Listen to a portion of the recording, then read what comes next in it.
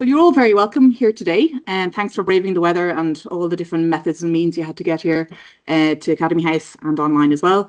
And just to welcome and kick off today's proceedings, I'm going to welcome our Executive Director, Dr. Siobhan Sullivan, with some opening remarks.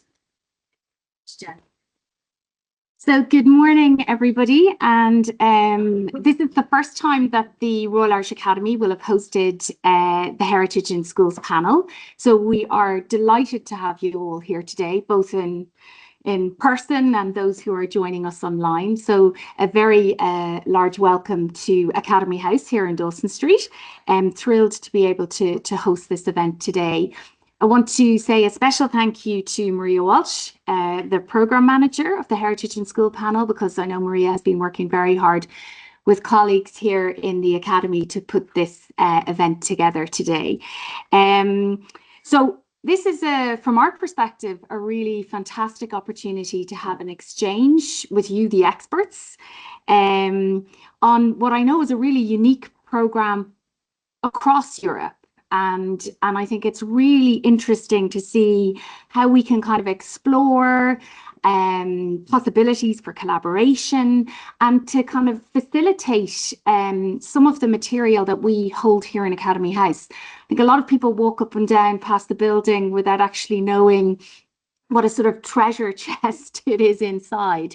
And obviously we want to be welcome and inclusive and welcoming to people to come in, and we're so proud of what we have here and the resources that we both are guardians for and that we generate ourselves through our research programs.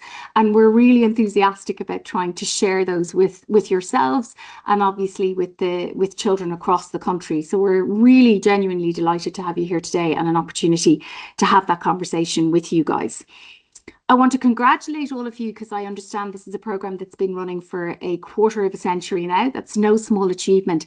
And when I actually saw the number of people who were involved in Ireland, the 120 panellists, I was absolutely staggered by what you've achieved in terms of the number of children that you've been able to reach out to, the number of activities that are actually happening. And I mean, that's, I think, a real testament to the passion that obviously all of you feel about the topic and about sharing that with children right away across the island. So I mean, I think that's really a testament to your passion, and you've done the state some service in that respect, and I want to congratulate you on that. So as I mentioned before, today is really all about exchange. From us, you'll learn about what the library here does, and Emma is going to talk you through that. We have people here from the Dictionary of Irish Biography with Turlo and Angela, so they'll talk you through the work that's going on there. Sarah and Jen are going to talk to you about the importance of place. Obviously, you know, we have the Irish Historic Towns Atlas. And then we have Catherine, who's going to talk to you about Grangegorman Histories and the work that's being done there. And I know Beth is then going to talk to you all about the Digital Repository of Ireland. I think increasingly, well, as you can see, I'm still working with paper, but anyway, I realise that I'm a dying breed, but my brain still needs to see something, and I still need to scribble on paper, but I realise the children you're working with are well past that. And so digital repositories and how we actually manage our heritage resources in the future is going to be a huge thing. And so Beth will talk to you about that.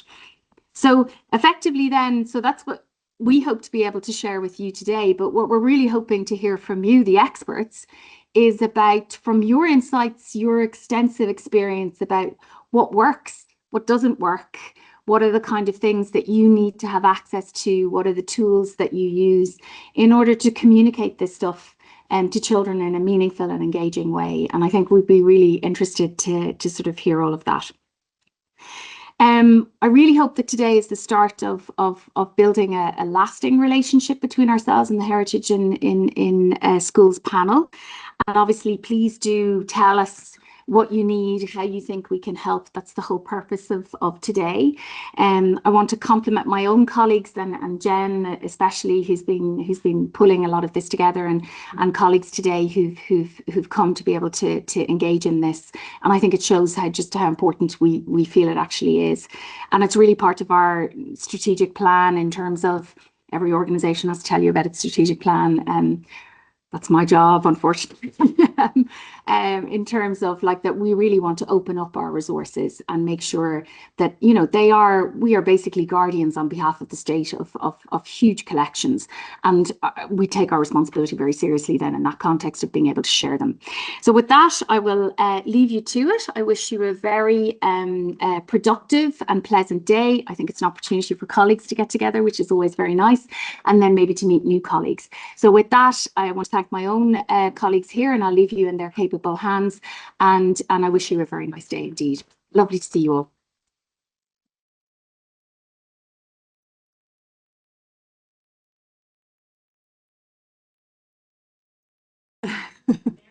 We're trying out. Okay, so we are trying out a new camera today, so we're all we're trying to make sure that we get everything right, and so please bear with us as we grapple with the new technology for the people online. And I know there's probably an increasing number of people online. Thanks very much, Siobhan, for that very kind introduction.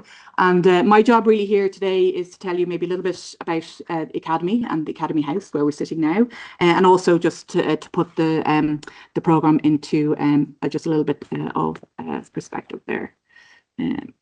Oh, here we go.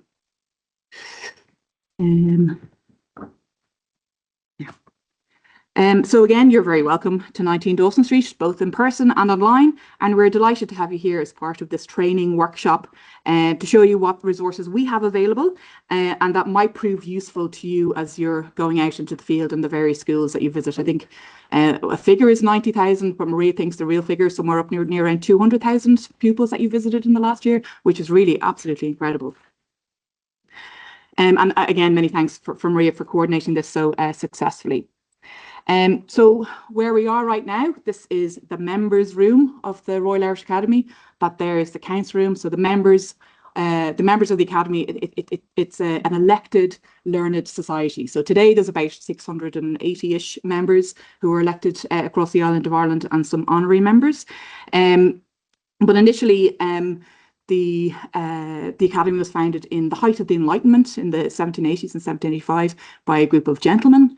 Some of them are here, Charles O'Connor, Charles Valency, James Caulfield, the Earl of Charlemont, he's out in the main hall, and John Rawdon, the first Earl of Moira.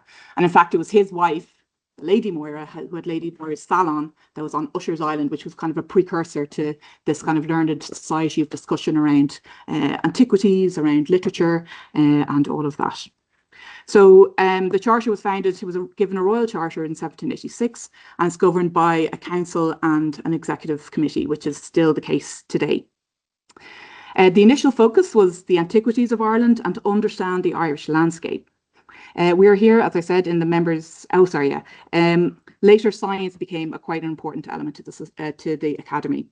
It's been a publishing house since the late 1780s, and has housed lectures, discourses, and developed the library in its initial location when it was based down on Lower Grafton Street, opposite the Provost House.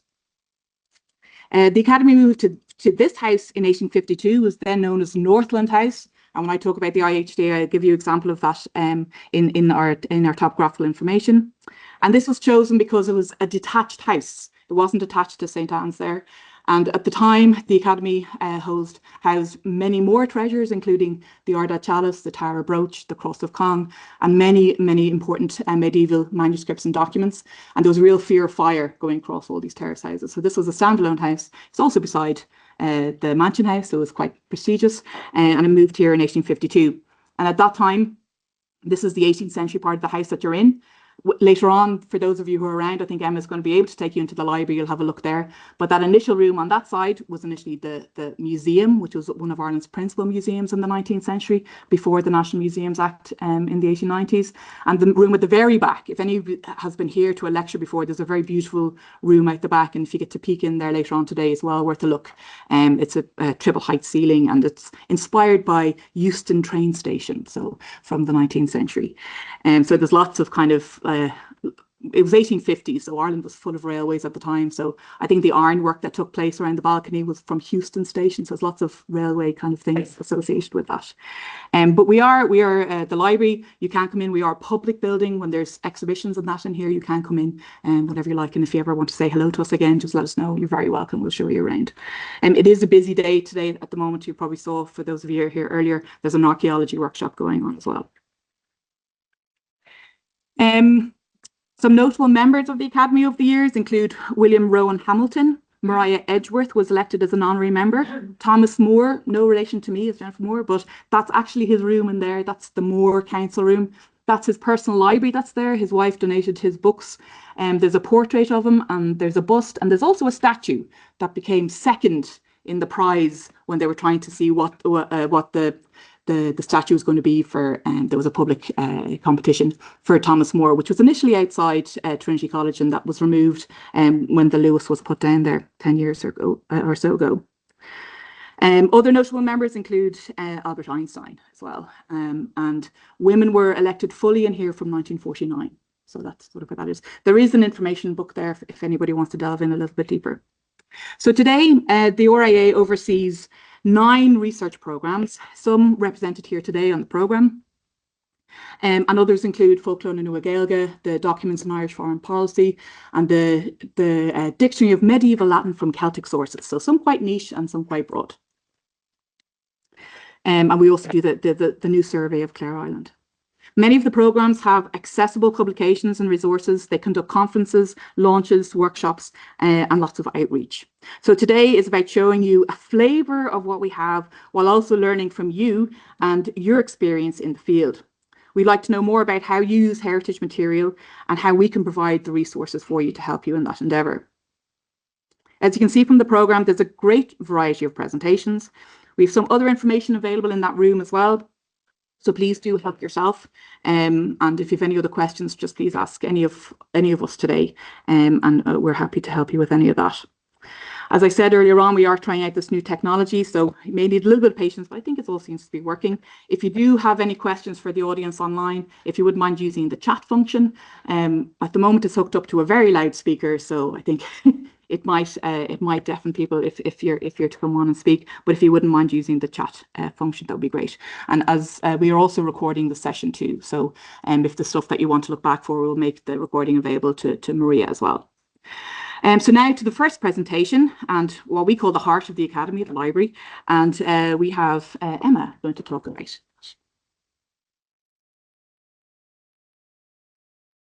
Great, thanks very much, Jen. So my name is Emma Rothwell and I'm assistant librarian here. Prior to that, I was an education officer at Chester Beatty, and before that I was a teacher. So an event like today is like right up my wheelhouse. Very excited to have you all here today and to get chatting to more of you later on as well. What I'm going to focus on today are the resources that we have openly available online. But just to emphasise again that the membership of the library is open to anyone. Anyone can register to be a reader. So we'd love to see you all back here in person to make use of our manuscript and archival sources as well. But like I said, going to just focus today on what is available to everybody that you might be able to bring into the classroom, no matter where you are based in the country. But just a quick overview of what the library has here. So our medieval Gaelic manuscript collection is probably what we're most famous for. We have the largest collection of Irish manuscripts in any repository in the world. We have just under 2,000 of them. And that's really probably our pride and joy here. The early members had a great interest. But we also have a great collection of English and Latin manuscript sources for Irish history. We would have personal papers of many of our members and other distinguished scholars who bequeathed them to us. We are quite strong in natural history collections because, again, the early members were very interested in that area. And we have extensive antiquarian book and pamphlet collections. Charles Halliday left a collection of almost 40,000 pamphlets to the library, and they go back as far as the 16th century. There is an exhibition catalogue from previous exhibition about his collection just down on the table down there. So if you want to learn a little bit more about the kind of thing that's in his pamphlet collection, it's just fantastic, and you're more than welcome to come and consult it. But what I'd like to do now is kind of focus for a bit on our Gaelic manuscript collection and how you can use them. Didn't want to be hopping in and out of browsers, so I've done a few little kind of demo videos here just to show you how you'd go about accessing the information on our own website. So in the Royal Irish Academy website, you'd go to Library and Collections, and then I'm just going to show you how you would get to our little introductory articles about our most famous manuscripts to give you a flavour of what we have here. So just hit play on this. So you would go down to this Library Collections button and go in through that. And then you'll see there's a variety of other options, and we're going to go into manuscripts there. And once again, just one more step to our Irish language manuscripts. And our former colleagues in the library spent many years developing really well-researched, wonderful introductions. I think these essays about our most famous manuscripts are really just hit a lovely balance of being kind of concise and nice introductions, but also very, very scholarly and well-informed as well. So the links to all of the things that I mentioned here, by the way, are included in that information pack. So you don't need to kind of worry about how to get there. It's all in the info pack. That's how you would find out a little bit about the manuscripts. How do I see the manuscripts, you may be asking? Well, we have a partnership with Irish Script on Screen, which is run by the Dublin Institute of Advanced Studies, and about 100 of our manuscripts have been added to this repository. So what you see here is the Irish Script on Screen website, and you're on the Royal Irish Academy collection. And again, I've done a demo video here for you to have a look at. The quality of the digitisation is just phenomenal, I think you'll agree. So again, you scroll down, you see these lovely thumbnails of all the manuscripts. You can hover over them and get a little bit more information on the right-hand side. We then click into one of them and you come to this viewer screen. You can use the arrow to flick one by one through all the pages to see what's there.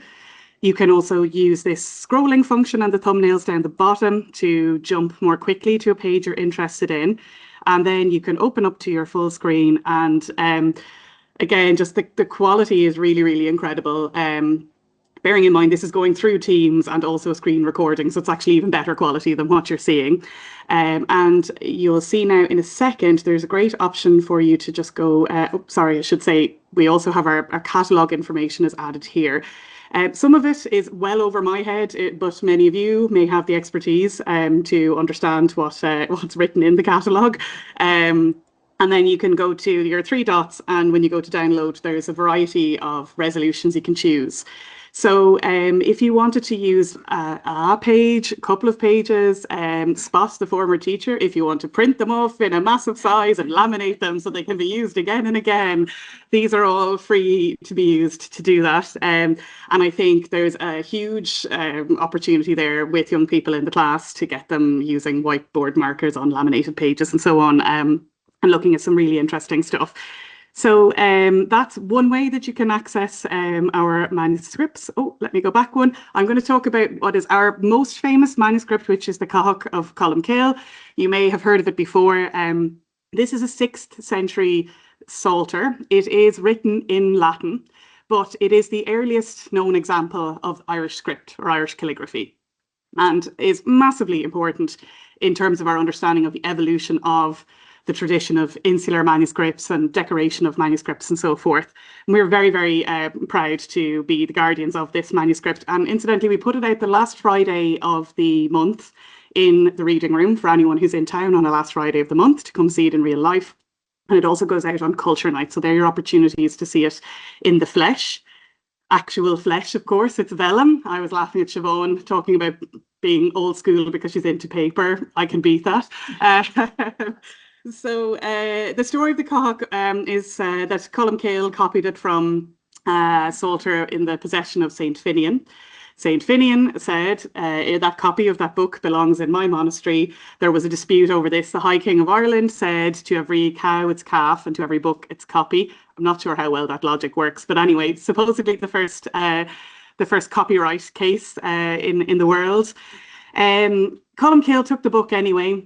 a huge battle ensued, and then he had to go to Iona as a penance and set up that wonderful foundation from which flourishes, I'm very nationalistic about this, but all of the wonderful insular art which many people try to claim as being something from England, but I think it all starts with our boy Columkill, so that's not a scholarly opinion, or not the opinion of the Academy. So we have put this manuscript up on another interface that might be better for the classroom. ISOS was designed by academic researchers for academic researchers. The Zoom functionality is better on ISOS, and you can get the Cathach there as well. But we have this lovely little option here as well called turning the pages, and as you can see, it looks a bit more like a book. So in a school setting, I think this is a very nice way to explore the Cathach, flick through the pages. There's index view there as well, so that you can also move more quickly to the pages that are relevant to you. And you can use this little arrow cursor at the top, helps you to kind of move the book around. When you click on it again, then you go back into your page turning mode, and you can keep flicking through your pages. A little home arrow there to center it again, and then finally there's a little bit of information about the history of the Cathach that you can read there as well. So that I think could be very useful, and I'm going to very quickly run through a few more resources that we have. This is not finished yet, but I am working on a classroom resource that will focus on the calligraphy and basic bookmaking features that you can spot in the Cathach. And I do think this is something that could be very easily done with children in a classroom, that you would explain some famous or important features of Irish calligraphy and then hand out pages from the Cathach and get them to work on spotting them themselves, recreating these, making their own decorated initials and so on. So there's some lovely examples there, of course, of the decorated initials. This lovely dotted outline, which appears that it carries on. You look at the Book of Kells or Lindisfarne or any of these, you'll see this dotting feature. And it goes into continental manuscripts as well. And then in terms of bookmaking, the problems of working with vellum, how a hole appears and so on. So I hope to be able to explain all of that in a nice resource. As I said, it's not available yet, but I would be happy to share it, what I've done so far, with anyone who might want to pilot it. And I'll have my own email address at the end of this presentation.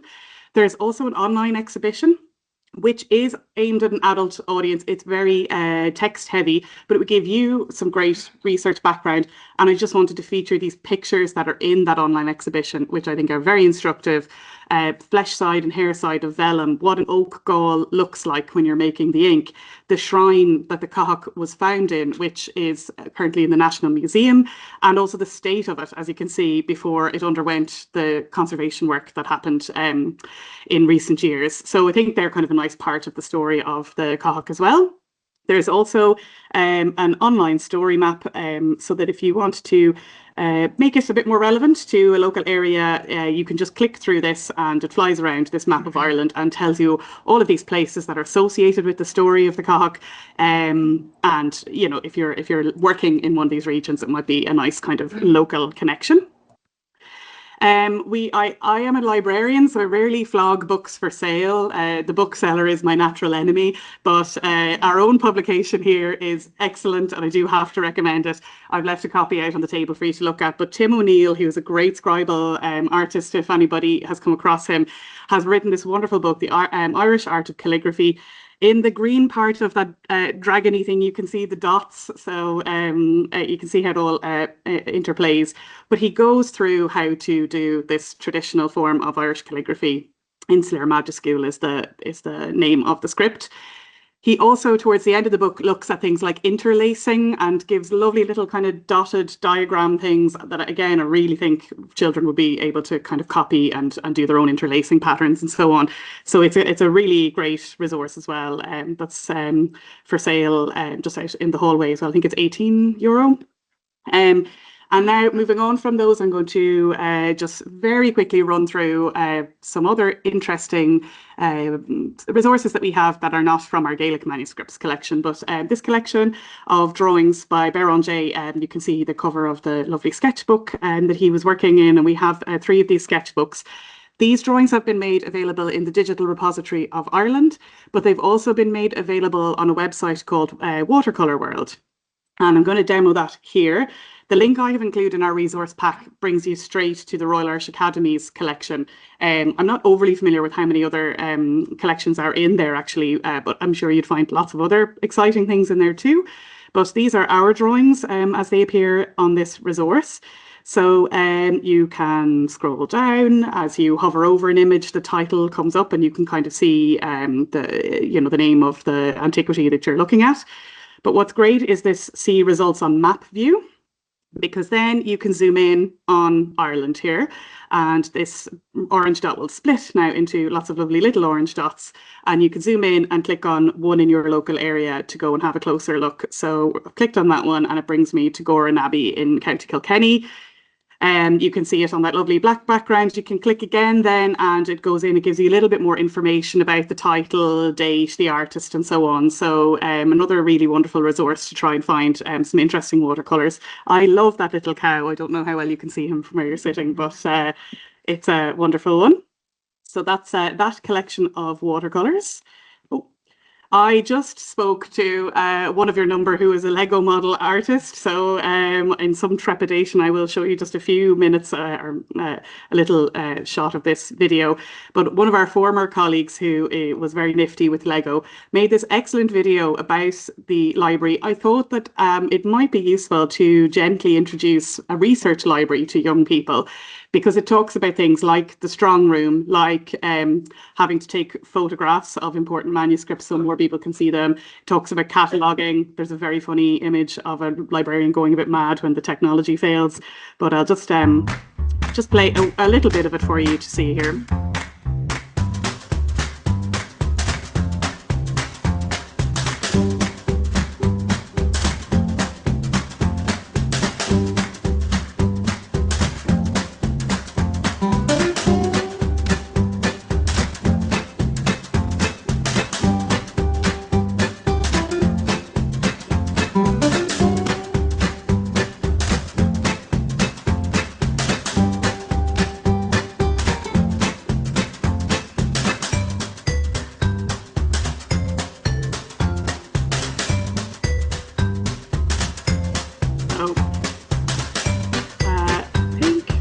Should get the idea there.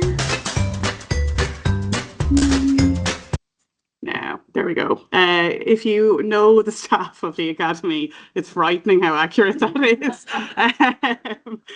So she did a really wonderful job. Then a second last resource from me, which is the Ordnance Survey Archive. We recently celebrated 200 years since the first Ordnance Survey of the island of Ireland. The name books are in the National Archive, but pretty much everything else came to us in terms of the letters, the memoirs, so on, all of the research materials that the place name researchers gathered together. And in the memoir collection, the memoir project was not properly funded. It was really done on a voluntary basis. So these really only exist for the northern part of the island of Ireland. I think maybe 8 or 9 of the counties, but they included some small sketches in their memoirs as they were writing them as well. And this focus is a bit more on antiquities, folklore and so on, departing a bit from the place name research. So this is what that website looks like. It's hosted by the Digital Repository of Ireland as well. And you'll see on that menu on the left, you can filter by your county and even down to your parish. So that is a very useful resource for finding local things. This is the kind of sketch. Sometimes it's very funny. There was one, it was like a butter urn or something, I can't remember. A researcher came in to see it in person before it had been digitized, and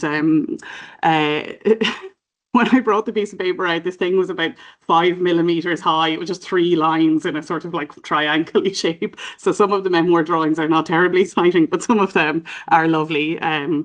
And might be very useful if you're working in an area that's relevant. And then the very last one, I'm just going to turn my volume up because these are quite quiet, but the Dugan Records Collection, it was a project that was undertaken at the end of the 20s into the 30s, where a man was sent around to collect Irish language dialects. So they're just very short recordings of small folk tales and stories, and little songs and things like that. And there's 17 counties represented in this collection. So all going well, we'll hear a very short one here from Kerry. So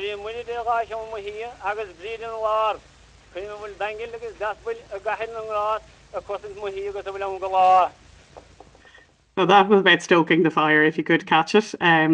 We have the shellac records here in the collection, but they've all been digitised and put on that website as well, and again for free and can be downloaded. So the very last thing to say is that our website's always there. I've put a big purple circle around the library bit in the Royal Irish Academy website. We have a blog, news items, we have lots more of those short introductory articles to our other archival collections as well, not just the Gaelic manuscripts. You could lose yourself for a day in there and have a very delightful time, in my biased opinion. And our library catalogue is also online and available to be searched. I'd be very happy if anyone wants any tips about how to use that and get the best out of it. Every library catalogue has its own quirks, so I can tell you about ours. But please do register as a reader. You just need photo ID and it's free to register. And then you can chat to us by email and we can find some nice things for you to work with. So that's that, and there are my contact details. So thank you very much for your attention.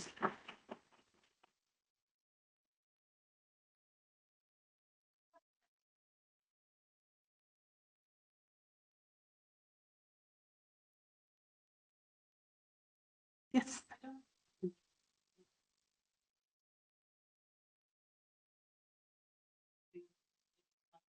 Oh, yeah. That a good bit of that story is about the back of the books that happened wearing Sligo. Yes, yes. Yeah. And then I think it was Colin Killen was banished to Inishmurray Island, and then they wouldn't take him in, and then he had to go from there to That's exactly it. Yeah. So that's the background, and the Sligo connection's very strong there. Yeah, absolutely. Yeah. Yes. Just wondering, is Killen's book still in school though? No, just the Magic School. Yeah. Yes. And you mentioned the library has natural history collections. What do they consist of? Yeah, so we have recently done a lot of work on the Usher Bird Notes collection. So that would be one example for anyone who's not familiar with it. Usher wrote The Birds of Ireland in 1900, and it was kind of the first citizen science. I suppose he had many correspondents who were noting down diligently when they'd heard the first corncrake in their area and so on. And he brought all this together in a wonderful publication. So we would have Robert Prager was president and librarian here. We have his collections. Moffat, we also I think we've some of Barrington as well. There was a group of scholars active at that time anyway, and we would have, if not their actual full collection, we might have their correspondence to one of the collection within one of the other collections. So yeah, there's lots to dig out there. Thank you. Yes. Thank you for the I'm just wondering, like you mentioned about the CAHA, that some of the resources are still not available, but we could write by email and then they could be. Yeah, so essentially what I'm trying to put together is a cheat sheet. So if I say something like holes happen when you're preparing vellum and this is what happens and how they dealt with it, and then I will give you a list of all the pages where you'll find a hole, so that if you're on the spot with children and you want to quickly jump to the right page to show them the example, that's the cheat sheet that I'm working towards. Yeah. Yes. There's Dugan recordings. Yeah. Are there transcripts available of them? Yes, should have said that. So there's transcripts and translations all on that page where you actually look at the recording as well. Yeah. Yes. just something similar.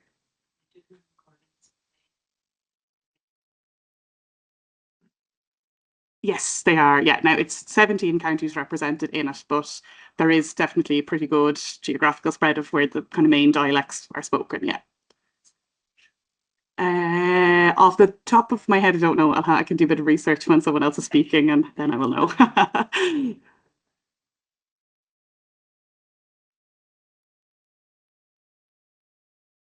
Okay, well, thank you very much, and I look forward to seeing you all in the reading room before long.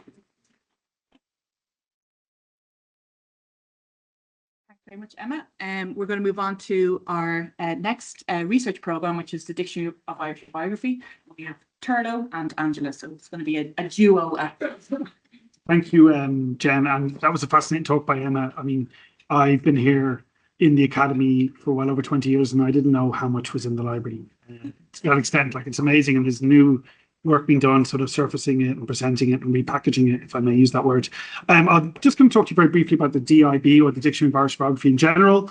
Talk about what it encompasses, what it includes, what it doesn't include, and then just demonstrate our online platform very simply, the search. And then my colleague, Dr. Angela Murphy, is going to dive a little deeper. She's one of your tribe, so I think she'll be able to speak more usefully to you. So I'm standing on a creaky part of the floor, and I'll just take it from there.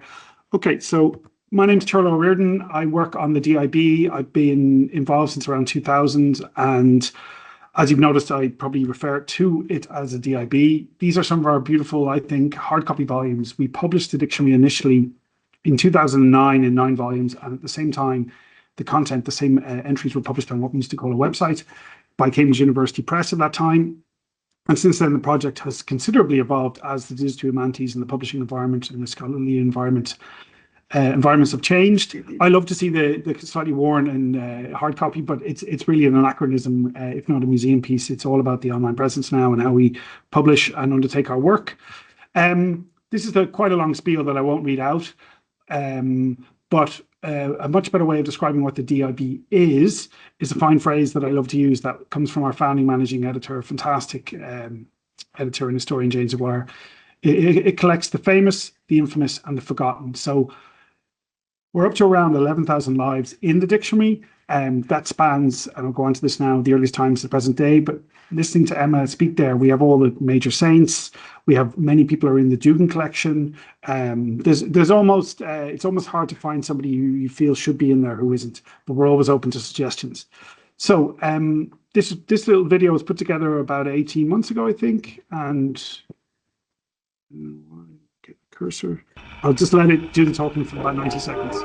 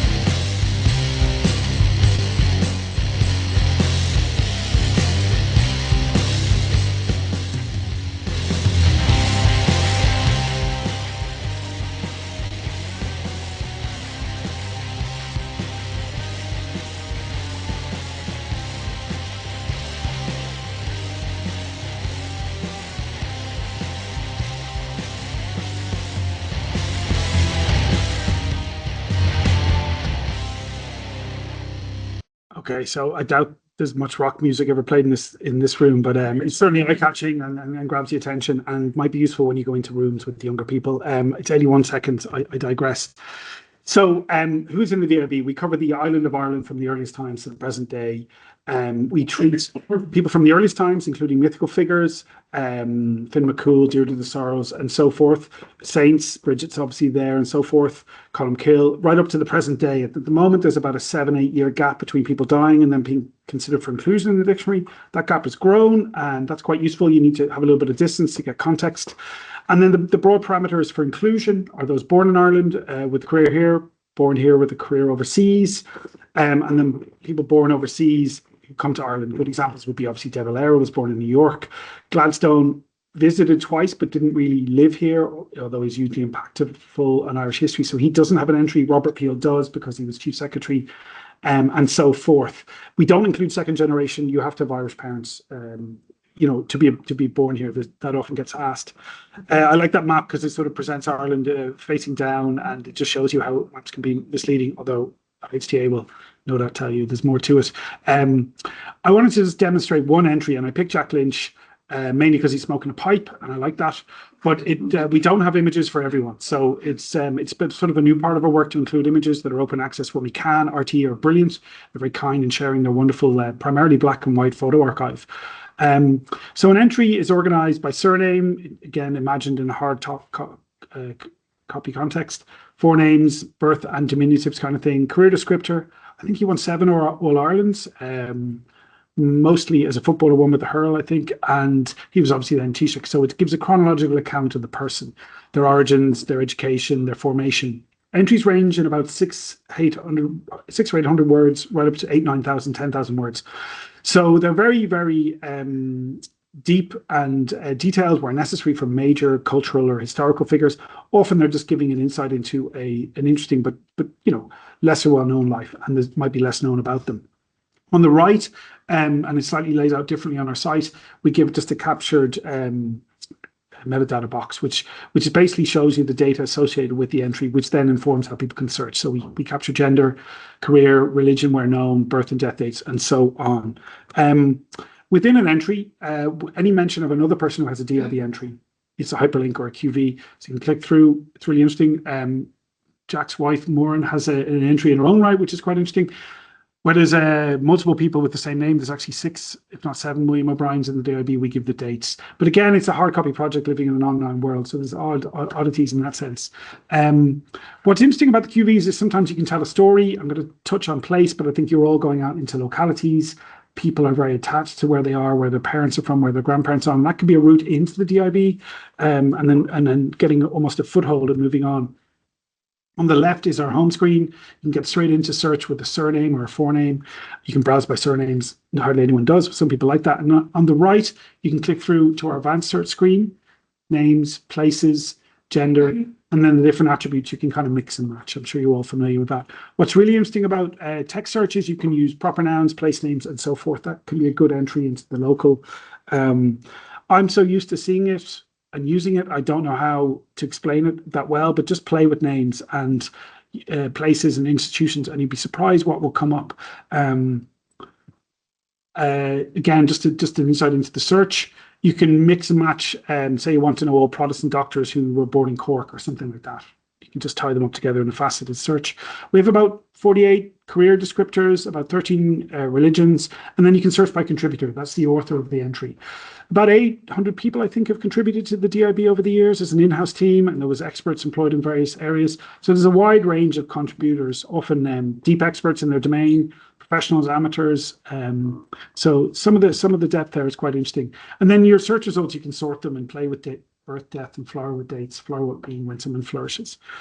I just want to, before I hand over to Angela, who will give you much better insight, talk about place.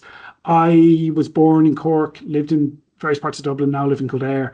I lived overseas for a lot of my childhood. I'm amazed about how local Ireland's conception of itself is. The townland, the parish, the village. It's still hugely important to people, and it's a great way to play with the dictionary because you get mentions of place, and that can interest people, I found. And on that, I just want to touch on, say, Grangegorman. Catherine's going to talk about Grangegorman Histories. Just putting Grangegorman in, some of the search results, you can't quite see it there. That's Noel Brown, Noel Christopher Brown, Christy Byrne, Thomas Daly. Now, that's an institution in Dublin and also an area, but it just gives you a sense of how places are mentioned and tied in. For those of you who don't know, Loganim, it's an amazing resource, one of the amazing resources that Finter and DCU publish, Place Names Database. It's incredibly interesting on so many levels. I'm not a geographer, but I'm really interested in the data that surrounds place names and how it's been curated and collected. And it's a great resource. Again, I think these slides are going to be shared, so they'll all be put across. And I'll just hand over to Angela now. I'll give you much deeper insight. We'll take some questions.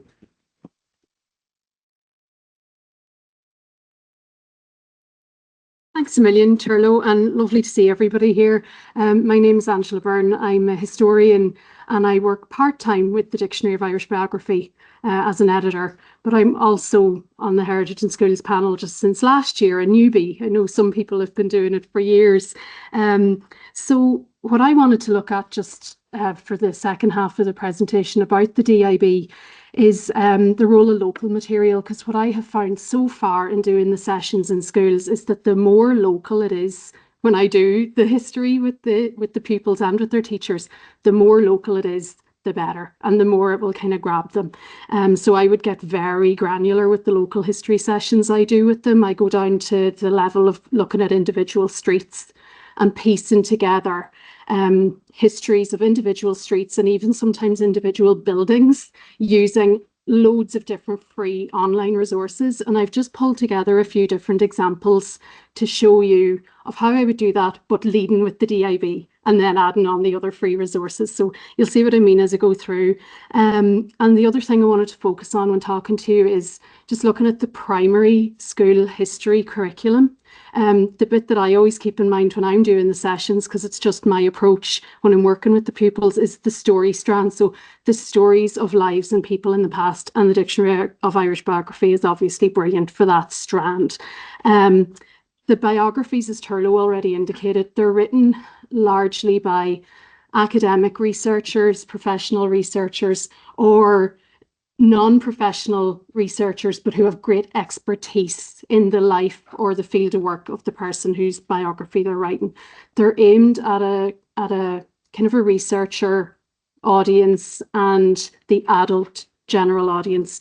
So when you're using the DIB to pull together material for primary school kids, you'll have to do a fair bit of parsing yourself. You wouldn't be fit to just say print them out and show them on the screen. I'd say they're way too advanced for primary school pupils. So it's as a resource for you to kind of take away the information, and you know that the information in the biographies is, generally speaking, authoritative and correct. Although if you do find a mistake in there, please do let us know. We're open to receiving that.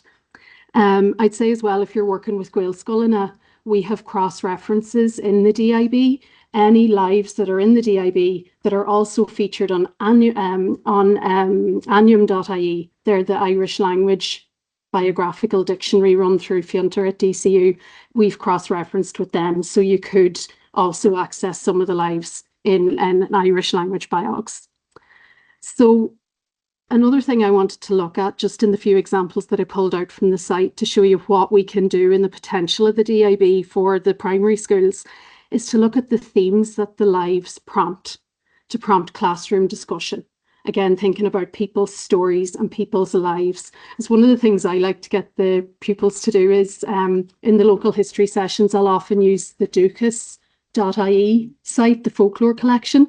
And I ask the pupils to think, well, in 50 years when you're big, if a boy or a girl knocks on your door and says, my teacher asked me to do a local history project, what stories will you tell them about your life? And they absolutely love that. And the stuff they come up with is crazy. They'll be talking about COVID and stormophilia, and then some of them will talk about, you know, when they went to see a football match with one of their parents or something. So the richness is lovely. And some of them will talk about, oh, our local team won the GAA championship or whatever. And it's just lovely, and you get an insight into their wee worlds as well and get to know them a wee bit better. So the last thing I want to say before I go into the actual examples is that sources is part of the curriculum. And just as a professional historian, sources are like in my bones. They're my bread and butter. It's the building block of everything I do. And I would be very clear with the pupils about the sources that we're using, where they come from, and ask them to think about how you can put different sources together. So photographic sources added to map sources, added to textual sources, and how you build your story up by layering all your different sources together. Think about the advantages and the shortcomings of the different sources, and they really get into that as well. So I'm going to start with, I had just done a screen grab, demonstrating the search. Turlo's already given you a lot of insight into the site, but if you land on our homepage and you go into advanced search, you then have the ability to search across a lot of different ranges, full text for specific terminology by contributor. I said, what will happen if I go by place of birth and place of death? I'm from Donegal. I do a lot of work in Donegal, so I put Donegal as place of birth. And then I selected any place of death because I want to leave it as open as possible, maybe people who travelled around the world. So the different results I get for people born in Donegal, I got 130. I can refine those results by gender, by religion, or career. So I said, let's go by career. So I'm just going to expand the list. They appear there in descending order by frequency. So most people from Donegal in the dictionary had careers in the realm of religion, then politics, and it goes down from there. I went in, first of all, to science and technology. I have 6 results now. That's a bit more manageable. There's a nice spread of male and female careers, and I chose Pearl Dunleavy.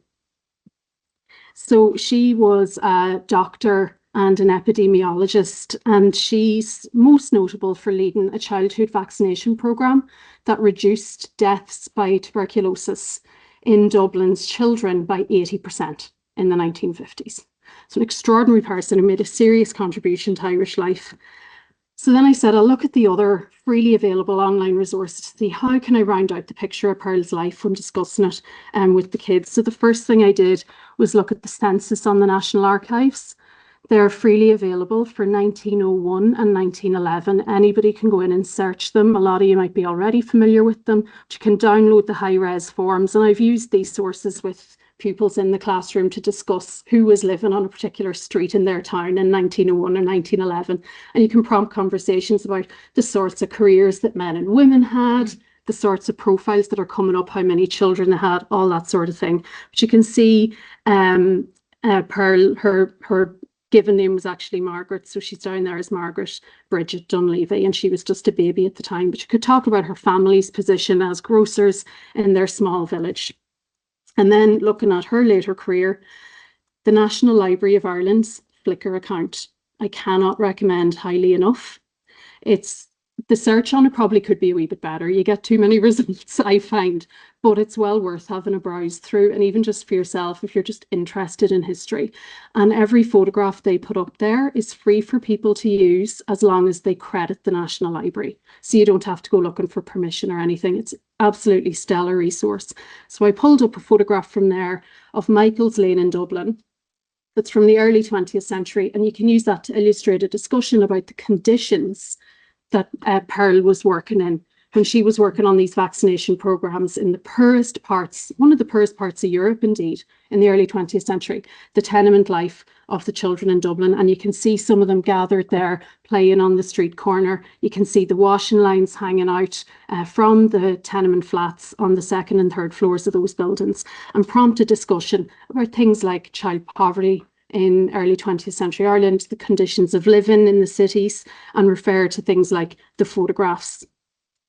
The other resource you can use to round out Pearl's life a bit more and build your own background context before going into the classroom is the Dictionary of Irish Biography blogs. And they're easy to find up on our webpage. And we have a good range of thematic blogs up there, but one you could refer to for preparing a session where you use Pearl as an example is our two-part blogs about women in the sciences in the 19th century. So it's a wee bit earlier, but it'll still give you valuable background context. To give a second example of material, I went back in again to do another search for people born from Donegal, and this time I selected the career of sport.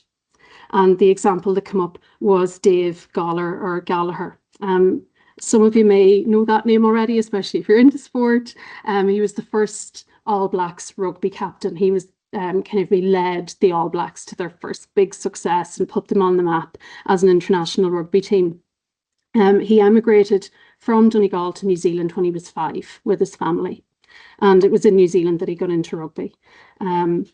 So just looking at other online resources from reputable Irish public organisations that we can use to round out his life, I found his birth record really easily. It doesn't happen that easily for everybody, but his was really easy to find on irishgenealogy.ie. And that's run by the Department of Culture, Sport, etc. and is freely available for everybody online. And again, you can download a high-res PDF, and it's just very interesting again to see that actual record capturing where his family were at the time he was born. So it gives his father's profession as shopkeeper. Jumping off from that and thinking about what was that family standard of living in Ramelton, in a kind of a port town in Donegal in the late 19th century. Going into the Ordnance Survey maps. And again, you'll be able to get the links to all these in the pack and by looking back on the slides afterwards. But looking at the Ordnance Survey map of around 1900 that was made the closest to his date of birth, looking at the town of Ramelton and the exact street where he was born. Let's go a step further and again go to the National Library of Ireland's historic photograph collection, and we have a photograph looking across the river to the street where he was born. We know that his father was a shopkeeper, we can see from the map that the town has these lovely long quays going along the river, and we get a photographic representation of that now. So we can add the three sources together and have a discussion maybe of what it's like to live in a port town in Ireland in the late 19th century. Start thinking about, you're talking a lot about global, but it's also local, but it's also very global. So a wee town like this has global international connections, especially through the North Atlantic and trade with Canada, and of course, the mass migration of people to America. The fact that Dave migrated to New Zealand when he was 5 with his family, we could have a conversation about Irish migration, use this as a jumping off point about migration. What was life like on the crossing in the months and months that it took to get to New Zealand? What was life like on the ship? What was it like when they got to New Zealand? And New Zealand's quite a nice example as well, because some of the kids I find grow up in houses where history is talked about a lot, and some of them might have an awareness that Irish people went to America or England, but they might know that Irish people went to New Zealand, and that especially Irish Protestants went there. So we can have, we can go as deep and as niche into the conversation as we want, jumping off from these sources.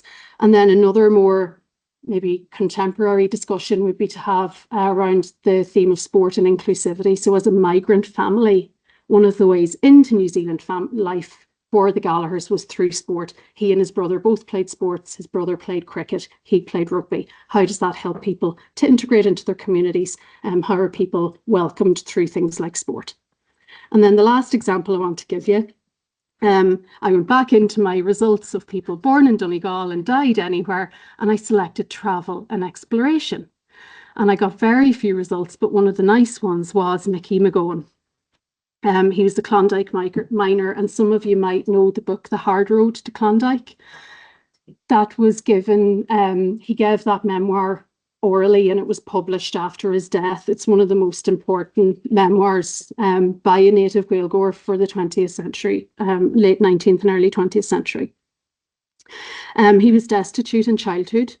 He was sent away to the Highland Fair, and anybody working in the schools around kind of the border counties, the Highland Fair is something I've discussed with kids in the classroom. They find it absolutely fascinating, and it is a particularly Ulster thing that went on into the 1950s.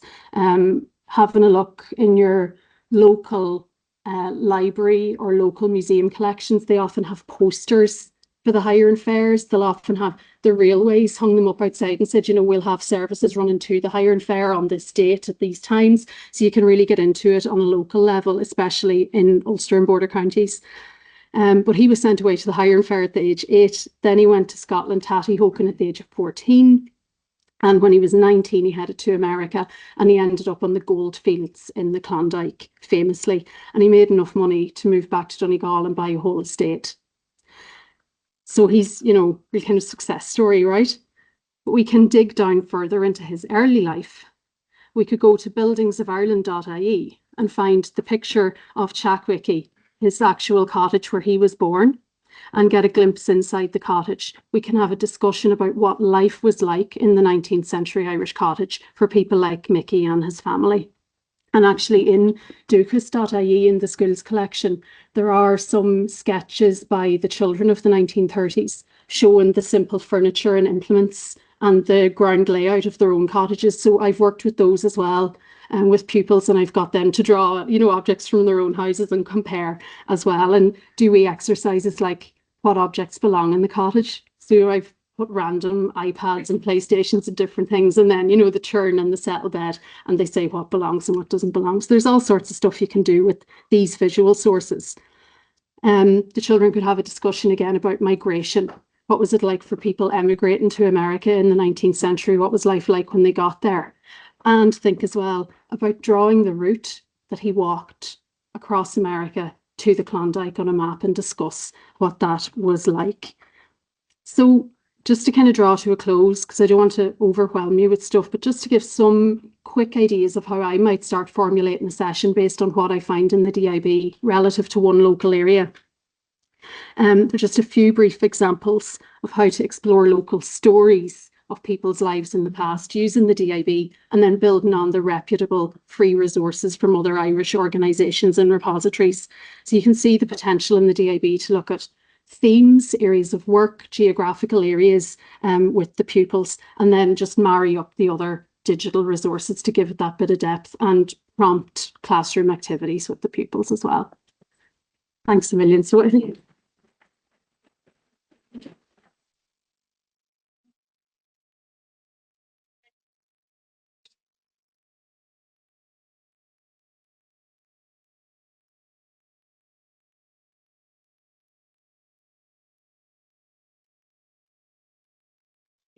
are together. How do you? when I do my local history sessions, yeah, it depends. Like the local history session, I kind of mix it up. I'd start by showing them maybe the earliest map of their town. It's usually an Ordnance Survey map from about 1830. And then I'll show them the aerial view of what that is. And I normally try and pick the area around their school. They'll know that area really well, especially for the areas that are very now urbanised and built up, and it can be hard to visualise. But like an example out in Ratoath, where their school, the school I was in there one day back in May, was a field in 1830, and there was 110 people living in the village of Ratoath. Now there's 10 or 12,000.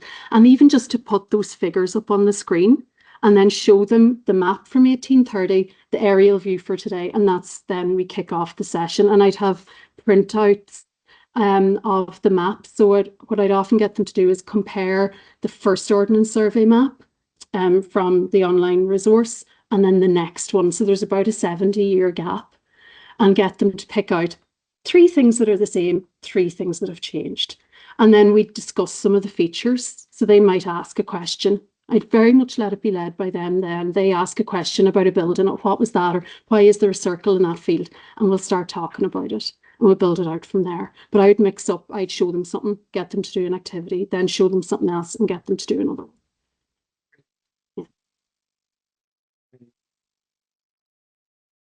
You know the Buildings of Ireland? Yeah. You can search by place name, which I find easier than searching for the name of a building, but you can also search by map. Yeah. Great, because you can bring up the local areas with all of the historic structures and buildings on that map, and it really works because you can see it and you can show them what the map looks like today, and it shows the map of today with the historic sites on it, and then you click into it and look at the details and the record of those sites. So it's great. Absolutely right. And if I remember well, the dots on the map are color coded. They are for different sorts of sites. Yeah.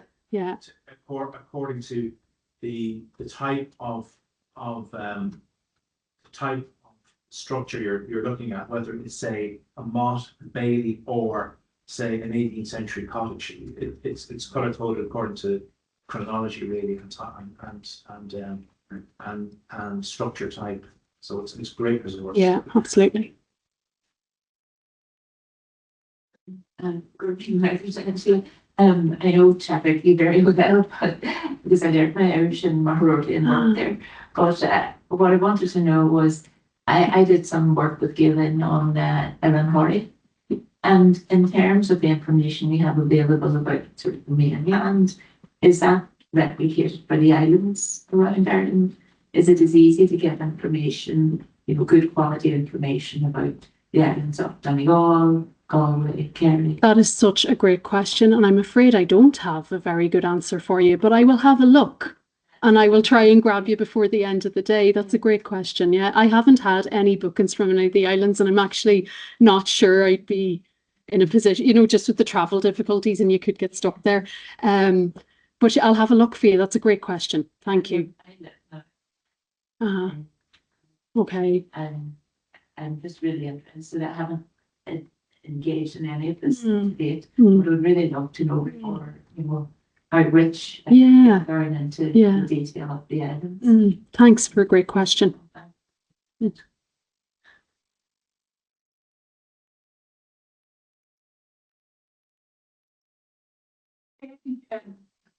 Want to have a cup of tea and a cup of coffee, and maybe continue a chat with Angela and Turlo, and we'll resume back here in maybe 20 minutes.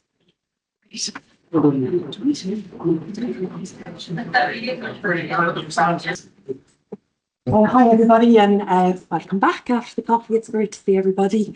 My name is Sarah Gearty, and I am with a project called the Irish Historic Towns Atlas. which is based here in the Academy. And I work with Jen on this, and I'm going to be handing over to her in a few minutes. But I wanted to talk to you a little bit about the Atlas. Some of you may know it, some of you may use it. But we produce these atlases of Irish towns. It's about towns. It's very much in the urban environment here. And the aim of the project, I suppose, is to trace the history, the geography of the towns through time. We've produced a number of Irish towns and cities in Ireland for this series, and they're the red dots that you can see on the map there. So there's about 28 towns and cities that we've covered, some of them in parts, and the other places are the places that we're working on. So we're actively working, researching and mapping here in the Academy with lots of map sources and lots of other kinds of sources. And the idea is to trace the development of towns, and we really want people to use these things. So what they look like, we have lots of online resources. And then we also have these, which are the printed. So this is this is the most essential thing that we produce, I suppose. So they're called atlas fascicles. So we have one of these for the red dots you see on the map there. This is Sligo, because I was just talking to yourself in Sligo, so picked out Sligo. So we have printed resources like this, and then there's online versions. Jen's going to show you that. So in every one of these, you got a text section and then lots and lots and lots of maps, and there's lots of visual material. And I'm a map person, so I'm going to be coming at this from that perspective.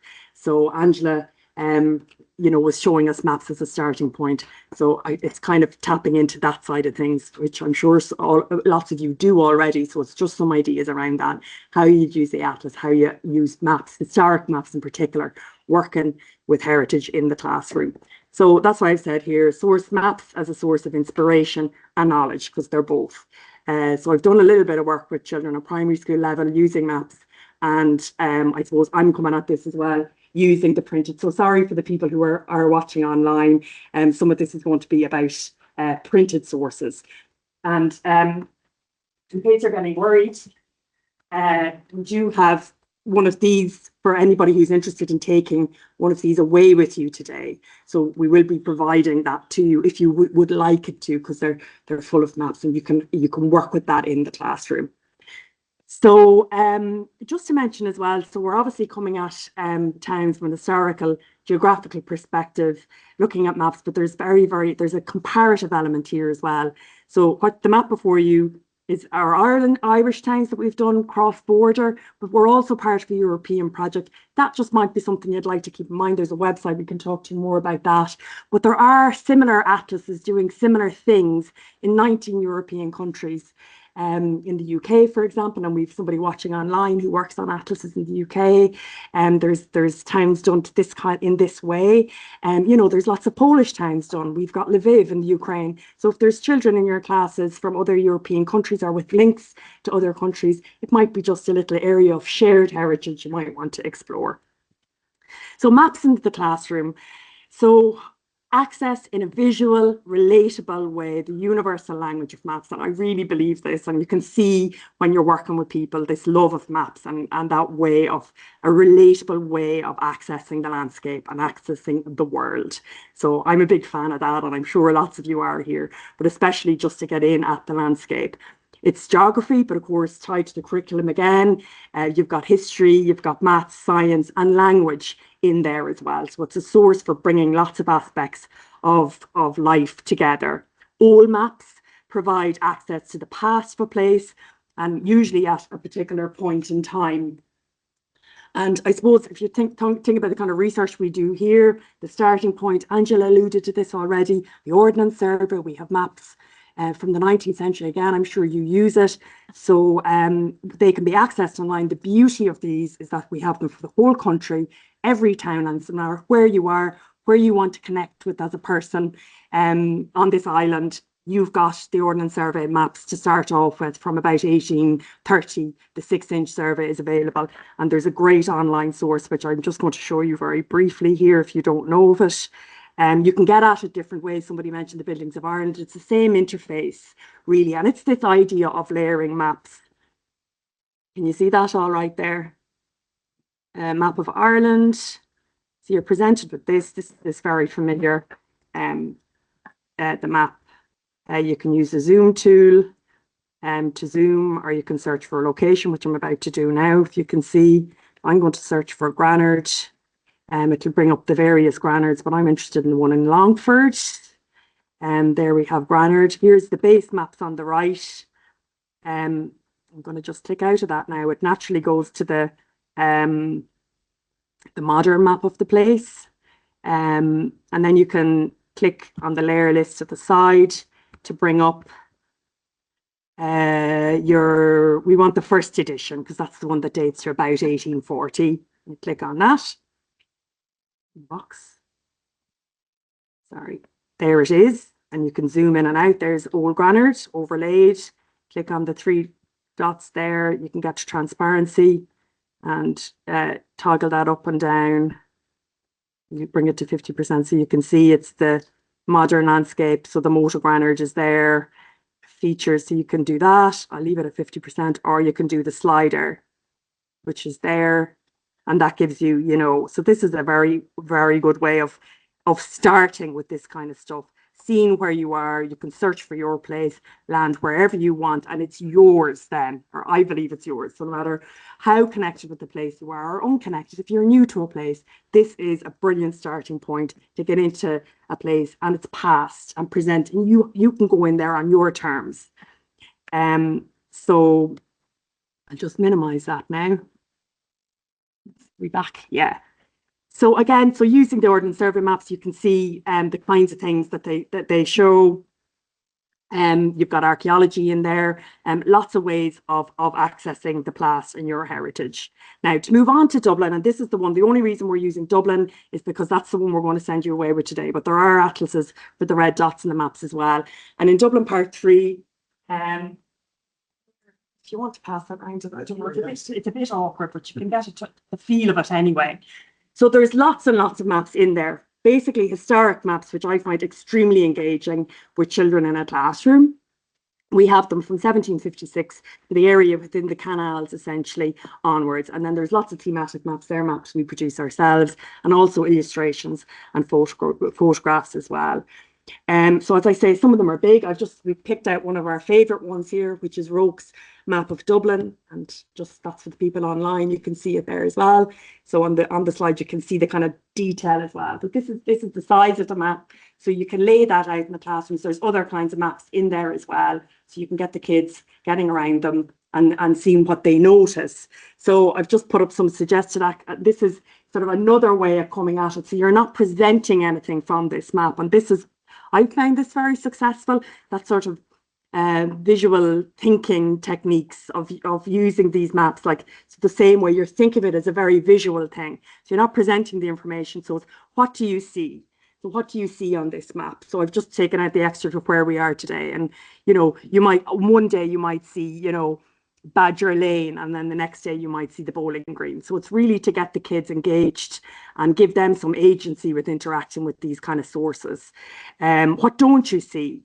So obviously there's lots of things we don't see on maps. So there's, you know, it's a kind of a critical thing as well. And obviously there's the thing that we don't really see people in maps. So that's something they might notice, or they might not. And getting back, you know, they'll often be very, very interested in their own place and thinking about, where is my place in this map? So that's Roke's map of Dublin. Obviously, yeah, the river, both, you've got so much scope there. Often what the children will note is the cartouche at the top of the map. There are place names, mistakes on the map. The E and Molesworth was added in after. There's just huge scope here. Another map I wanted to show you was a historic map. That would look like that in the printed atlas. This is a map, again, somewhere a child might know if the city centre is that very familiar spot, the Bank of Ireland. I know it's the first place I can remember of coming to this city first, where you have Trinity College and the great curve of the street. You know, that's a very, you know, if in terms of texture of towns and cities, that's kind of, and it's a real imprint. And this is the White Streets Commissioner's map. And it's how they're planning for the new street. So this is how it looked before. So that's a very, they might get that if they know the city, or even if they don't. And again, what do you see? What don't you see? What more you can find?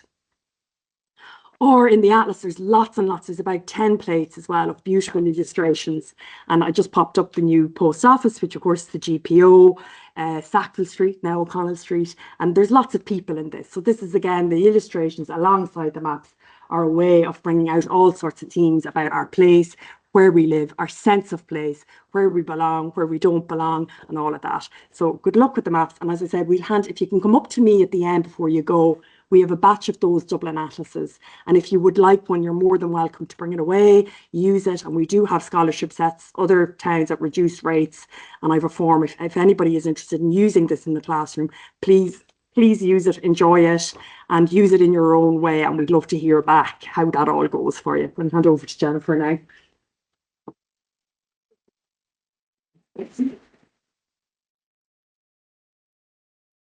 Thanks, Sarah. And Sarah is the geographer in the project. I tend to look more at the text as a historian.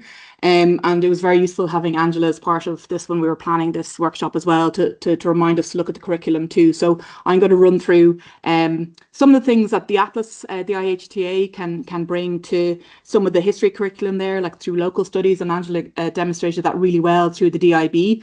I'm going to focus a little bit more about the Atlas and how maybe the Atlas can complement some of the examples that Angela had for the DIB, building the picture or the story around someone's life, particularly for the towns of any schools that you're going into. So life, work, culture in the past, absolutely something that we do, and continuity and change over time. And I'll show you some examples of that through the topographical information, and how towns, what happened to towns during years of conflict and change. Like the famine is always a big thing. Sometimes you see populations actually in towns increasing and other places decreasing because people are coming to the towns for employment, coming off the land. Those kind of things are just there in figures. And again, like Angela was talking about earlier on, building the story.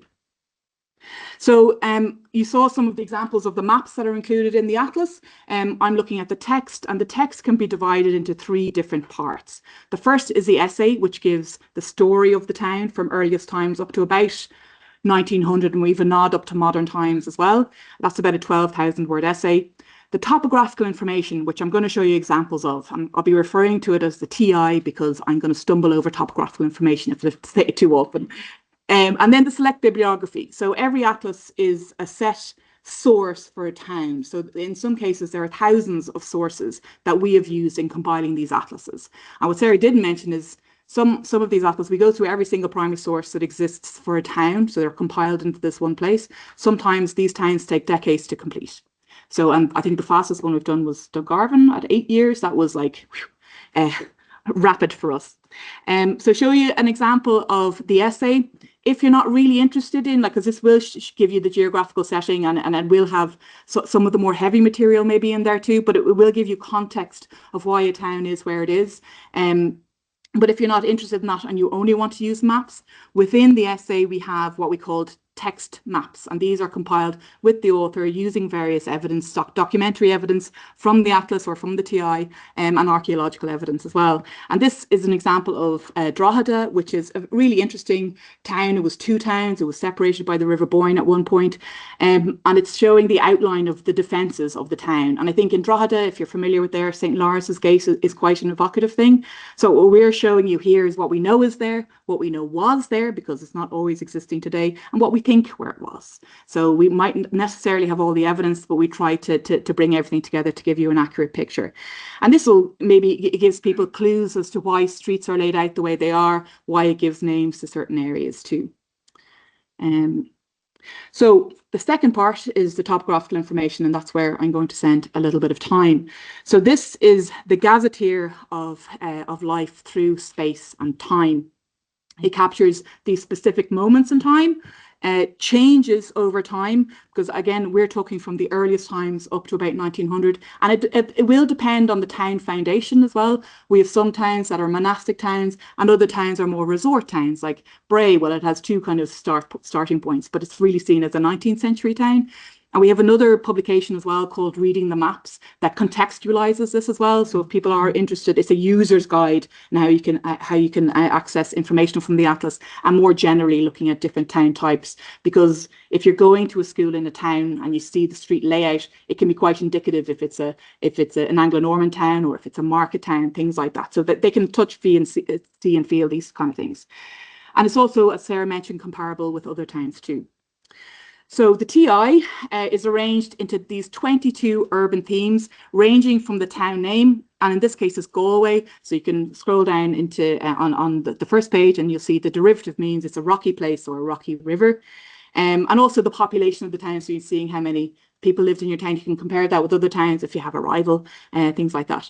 And then we go really into the DNA of the town. So these have been compiled in what every town has. Every town has a street, it has a church, some form of religious area, a defensive structure, I think we had castles, walls, those sorts of things. We have to administrate the town, primary production, how we fed the town, how we built the town with gravel pits, manufacturing, really important element of the town, trades and services, like the economy of the town, transport to, from and around the town, utilities. You're looking at your gas, your lighting, your dunghills. Every town had to have them. Health, education, entertainment, memorials and societies, which I'll show you an example of, and residents as well. So the text can be a little bit intimidating. So I do want to break it down to you that every entry, as we would say, there are entries or micro histories.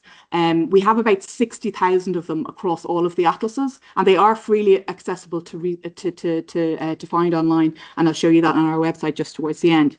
So this is what a page of TI looks like. This is streets. So streets are all listed alphabetically. So this is an example from Cork.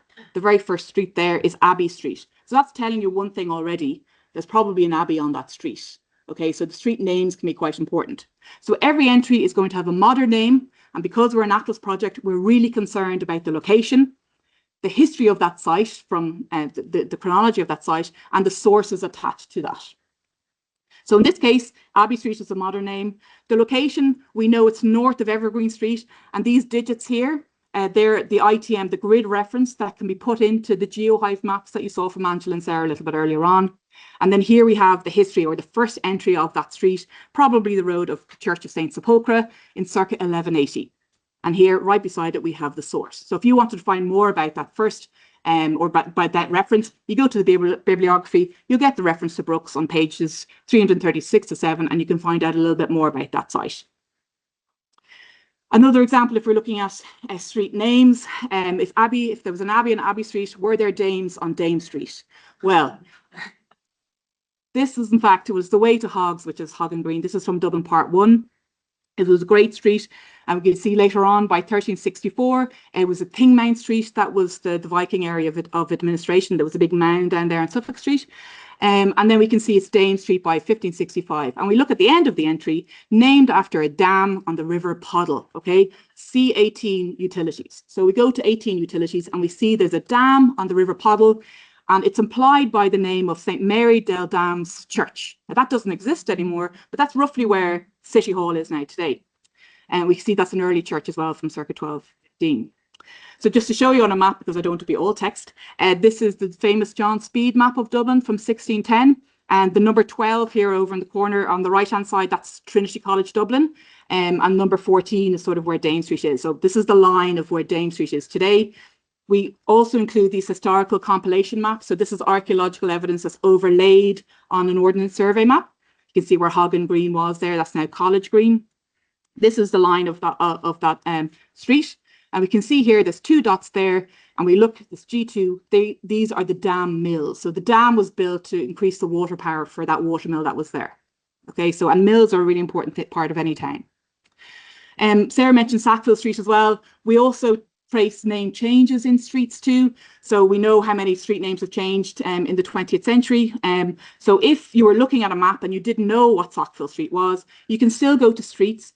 You scroll down to S, you'll find Sackville Street, C O'Connell Street Upper. When you go to O'Connell Street Upper, you get the full history of that street. You'll see Estrada Street in 1728, all the way up to 1847. And we have to do Dublin Part 4 yet, so you'll find out that it's kind of like Back to the Future Part 25.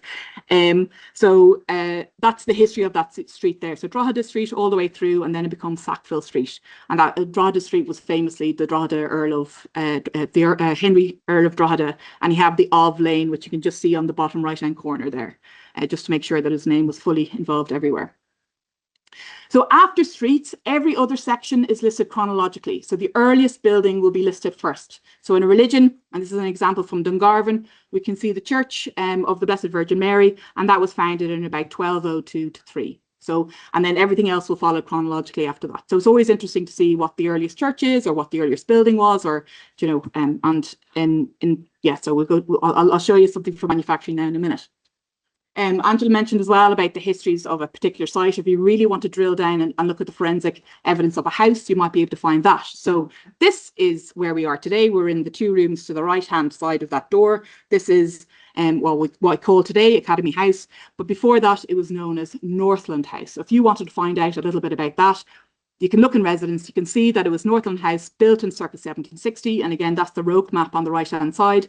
It then became the Bishop of Derry's house in 1809, and if you want to find more about that Bishop of Derry, you could look in the DIB and get a bit of information there. And then it was converted to a Freemasons Hall by 1828. So do we want to know about the Freemasons Hall? Yes, we do. So we want to see what happened in this and how this building changed function over time.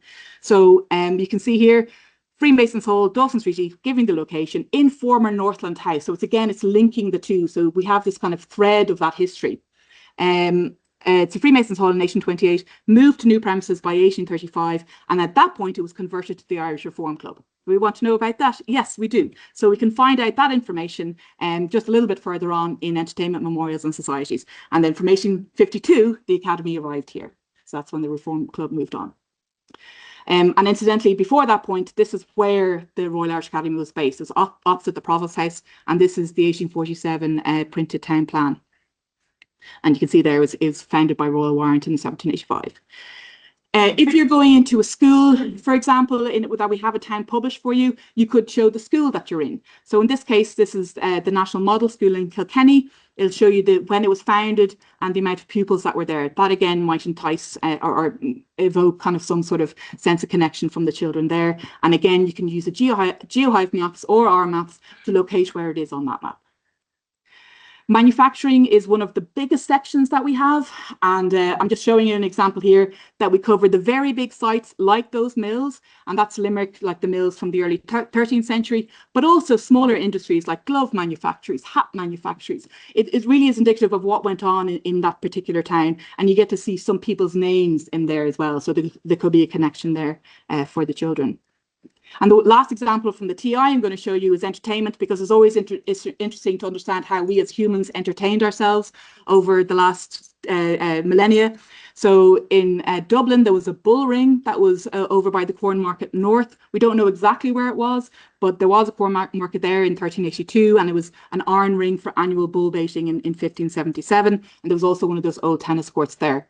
Whereas if we look at Limerick in the later 19th century, we had skating rinks, we had an athletic ground, there was a bicycle club. So you can see how things have evolved, looking at that changing over time. So how can you access this? It's all on our website. We have 29 towns that you can freely download all the text and a selection of the maps from that. So if you go onto our website, you go down, it's all a one flat page.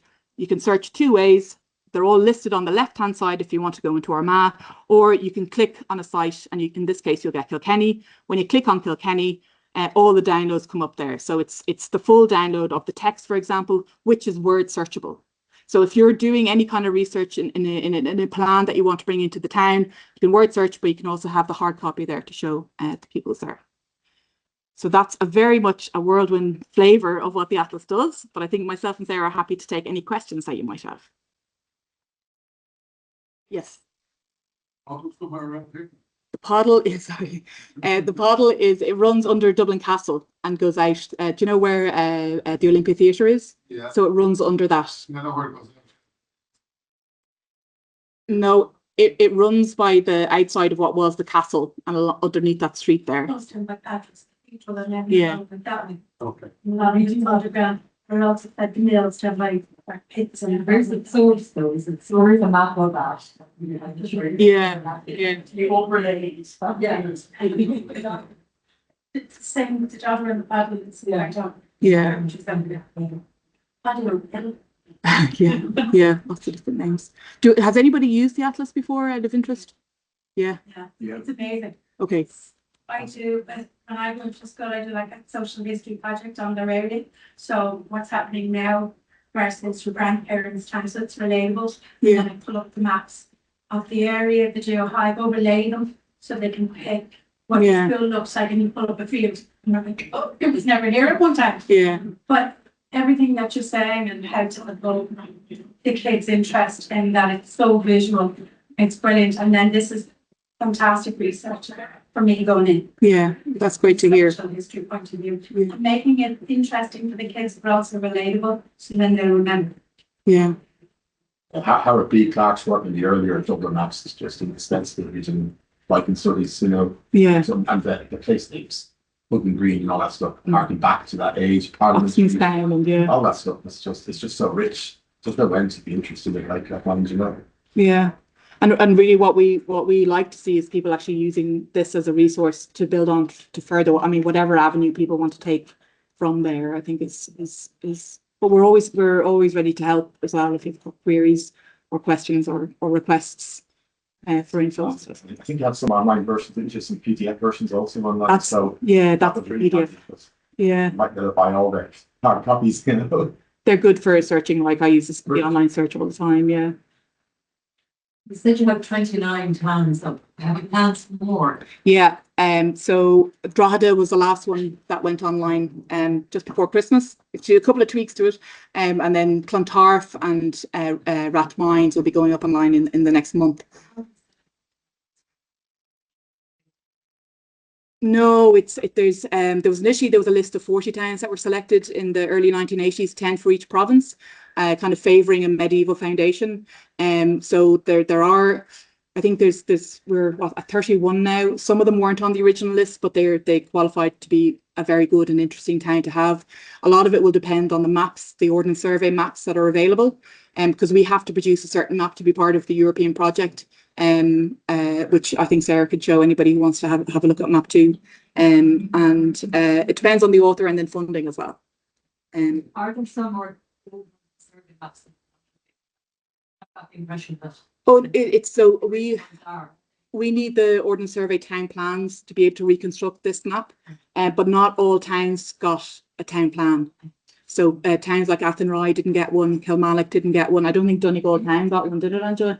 No. So I think the only town in Donegal that can be done is Ballyshannon. Yeah. And she is also the author of Ballyshannon, by the way. I don't know how many hats Angela has, but she's got a wardrobe full of them. I was just interested in our based in water. Oh, yes. Okay. I was interested. There's some very interesting kinds. You have feathered in kind of Tipperary up there, but also Carrick-on-Suir is quite an interesting history as well. Yeah. I know you have Waterford up there and Grangegorman and Youghal, but I was just wondering like what plans there are for smaller towns like Carrick-on-Suir, for example. Yeah, I mean, we do have. I mean, the next town that's coming out is Ballyshannon, and then we're looking at Cavan and New Ross after that. So Carrick-on-Suir is not on our list as of yet. Yeah. But there's a process that it does go through, and it needs somebody who's able to do that kind of research, and know that it's going to take several years for it to come to publication. But it is a really valuable resource. I think we're sold out of a couple now. Kilkenny we're actually sold out of, and we're running low on Galway and places like that. So that's something that, I mean, we do have the online version, so at least you can access that. But there's nothing like having something in your hands to be comparable. You said Drogheda took 8 years. Oh no, Dungarvan took 8 years. Yeah. And you said that was quick. Yeah. Typically, how long did the others take? 8 years was quick. It's kind of a lifetime or it's long. Like an adult. You'd say lifetime job. Well, because the authors do their work voluntarily. Yes, so myself and Jess are actually paid students, but they're usually like local historians, academics, so they've full-time jobs as well. So they're doing this research, and it's so forensic, as you can see, the kind of sources. So it's wonderful work, but often they'll be publishing other stuff as well all the time. So it's really the deep dive into the town and you're learning. And they'll often go on, because you've had such an intense, immersive experience in research, then they'll often go on and research after. But it can take 20 years, 20 plus. Still published The City of Cork, and it is, if anybody has loves Cork deeply. That's down there. Have a little look at that. That's been the biggest one we've done, most challenging. And we have a digital atlas of that as well. I mean, there's a lot. Just go on to the website. You got the whole Cork in one volume. Cork City. Yeah, Wow. yeah, Cork City. Yeah. And now that, that was maybe 12, 13 years, but we had Howard Clark was working with his wife on that. Very good. Huge experience. So there's the research, but then there's the kind of editorial side of it, because it's all parsing everything down. We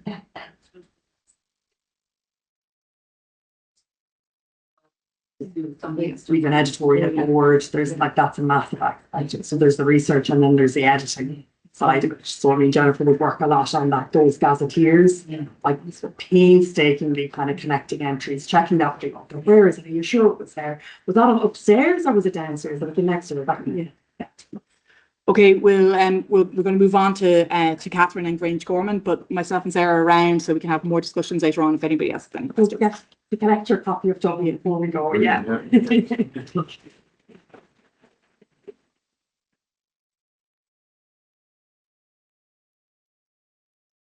Hi everyone, my name is Catherine Martin. I'm the project manager for the Grangegorman Histories project. So I'm going to outline a bit about the history of Grangegorman for those of you who don't know the project, and then what we can offer in terms of resources. So first, maybe just to give a bit of context about Grangegorman itself. Grangegorman is an area of 73 acres in Dublin's north inner city.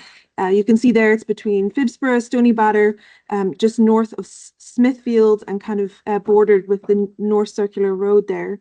Grangegorman saw the development of three very significant institutions on its site from the late 1700s.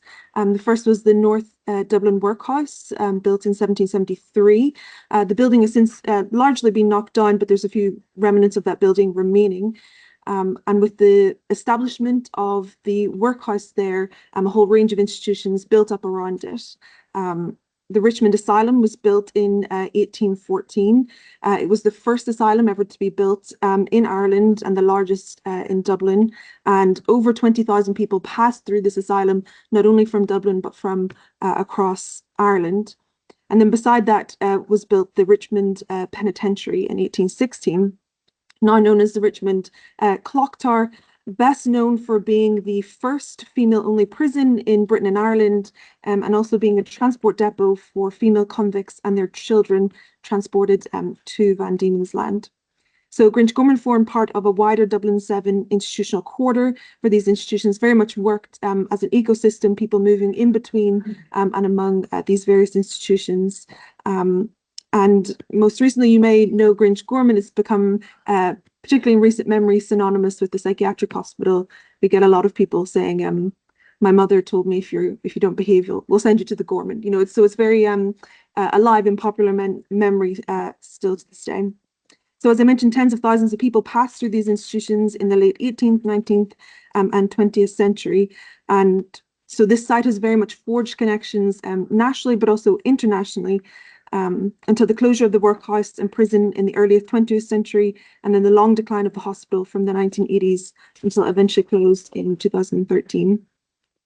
The area of Grangegorman largely fell into dereliction until the 2005 Grangegorman Development Act was passed, and this set out a very detailed plan for the redevelopment of the site with the aim of reintegrating it back into Dublin City as a new health, education and community campus.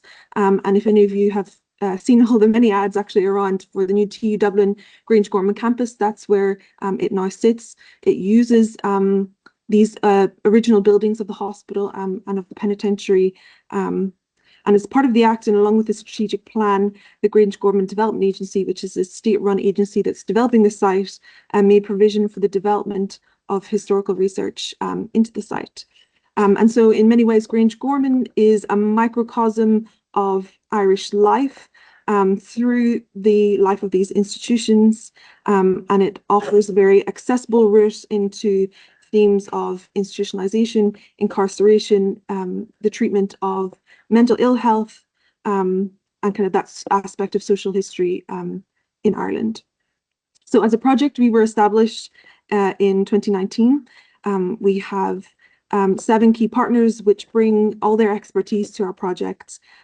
This includes the Grangegorman Development Agency, of course ourselves, the Royal Irish Academy, the National Archives, Dublin City Council, TU Dublin, the university there, as well as the HSC and local communities as well. And really a strength of the project is that we have very close relationships with a wealth of experience and expertise that our partners bring to researching and understanding this project. It was conceived very much as a public history project, so a strong emphasis on public engagement.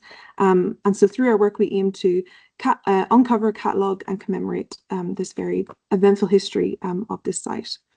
And so one of the key ways that we do this is through publishing research on our website. And I've just took a little screenshot there of our website with some of the pieces of research that we've done. Being a public history project, we aim for these to be accessible, succinct, and clear pieces of research on the kind of really interesting parts of both the site and the surrounding areas. You can see there one in the Dublin cattle market, and as well as the Richmond War Hospital that cared for shell-shocked soldiers coming back from the First World War. And they often have both the local and the national significance as well. We also host a range of podcasts on similar topics to our research work for those who prefer to listen to the research. We host a number of videos which use from our panel of expertise to use Grangegorman as an example of the changes in treating mental ill health, the change of language around that, and the change in care as well. And as Turlough mentioned, we also have a Grangegorman Live series where we profile many of the significant political but also medical figures that pass through Grangegorman. We not only have resources on our website, but I thought I would look forward to some of the resources that we have coming this year, which is particularly aimed to be accessible to a younger audience and that tells the stories of the institutions and the people that live there and work there in Grangegorman. So in 2023, we issued a public call asking people to respond to the Grangegorman site in a range of artistic or research outputs, and these will be coming to fruition in 2025. So in the end of next month, we have a trio of podcasts about looking specifically at 3 different women who lived and were subject to, in many ways, the institutions of Grangegorman. And so we have Sylvia Cullen who's releasing this trio of podcasts, which should be, she's worked very closely with the local schools in Wexford actually to produce these. And so it should be a really interesting way to engage with those particular stories. We also have a book of poetry coming out written by a local poet, Leanne O'Hara. She used a range of historical sources from the hospital.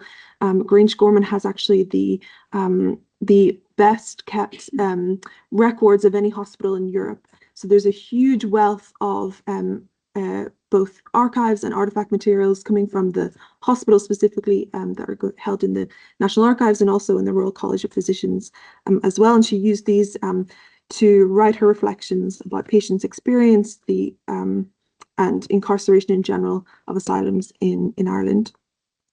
One particular aspect of the history, which is unique to Grangegorman but makes its links nationally and also internationally, having close links with Irish descendants in Tasmania, is that of convict transportation.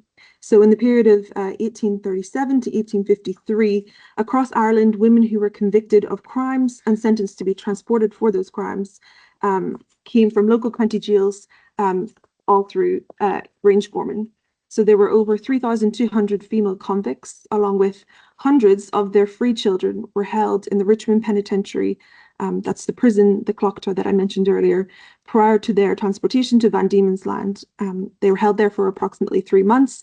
And this was to allow convicts to be trained in domestic skills so they could be more employable when they arrived in Tasmania. There are amazingly detailed records on these women detailing what they were convicted for, any trades or occupations they have, their names, their ages. And then when these women stepped onto the boats, because they were obviously deemed valuable for the labour they would provide when they arrived in Tasmania, the doctor's reports are amazingly detailed, everything down to their hair colour, their eye colour, their weight, any distinguishable features that these women had. and then what they did when they arrived in Tasmania. And so as part of our public call, we have a researcher, Dr. Joan Kavanagh from Wicklow County Gaol, is producing a piece of research which condenses all this information of these women, all these very rich records, into creating profiles on these different women. We're also working with the Hobart Convict Museum in Tasmania to kind of recreate or mirror an exhibition that they have in Hobart about these Irish convicts, where it's a very nice interactive exhibition where you can click on a name or type in a person's name, and up pops the convict. As I mentioned, has this wonderful level of detail, and which I know some historians may not like, but there's AI generated images of these women taken from photos from particular counties, and they reproduce what these women may have looked like. And so it's a really interesting and engaging way for people to access into this particular aspect of the history. And we've also worked with Tasmanian artist Christine Henry, who has a project where she's creating over 15,000 unique bonnets, which reflect the name and the ship of particular women who were transported. This is from Britain and Ireland to Tasmania. And she's worked with a number of community and school groups across Ireland, and we work very closely with her. And I mention all of that just because these particular displays will be part of our upcoming exhibition that we have in 2025, which I'll mention in just a second. As part of our public engagement, we also host walking tours. I'm not sure how relevant this may be for your work, but I thought I would mention it just as one of the, we have certainly found the best way to engage people in this history is to allow people to walk around and to tangibly see it and experience it for themselves. There's 11 protected structures on the site, ranging from original buildings from the hospital, the penitentiary, and the walls that enclose them in together. And so we can walk around and tell the history of the site in a very tangible, accessible way through that.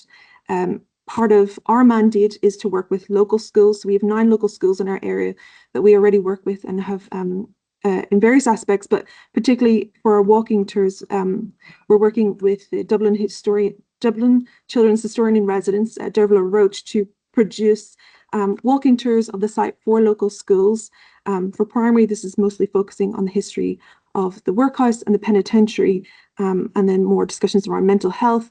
The history of mental health treatment in Ireland tends to be more for secondary school levels, but this is a resource that we can certainly offer in other for other schools as well.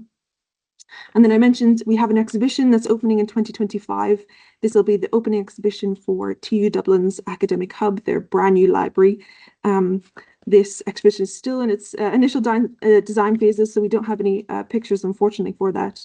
But it's a really exciting exhibition that will tell this part of social history that is often tricky and sensitive and challenging, but nonetheless is a really important part of our history that needs to be told. And so this exhibition is designed to be accessible to younger audience. We're working very closely with designers to do that. It draws on a variety of sources, including from records from the workhouse, the prison, the hospital, using artifacts, photographs, maps, and some of my colleagues have already showed you what we have on offer as to use as resources there. And also I mentioned the interactive exhibition with our colleagues in Tasmania as well. There'll be a range of programming. We'll be inviting schools to attend that exhibition as well. I'll be in situ for 6 months, so from September 2025 for at least 6 months. We're hoping up to a year, and you'll all be very welcome to attend that. So it's a brief blitz of the kind of resources that we offer. As I mentioned, we're a public history project, so if there's any way that I can be of use to you in any of these aspects of your work, please do email me. You have all my contact details in the information package, so please do get in touch. Thank you.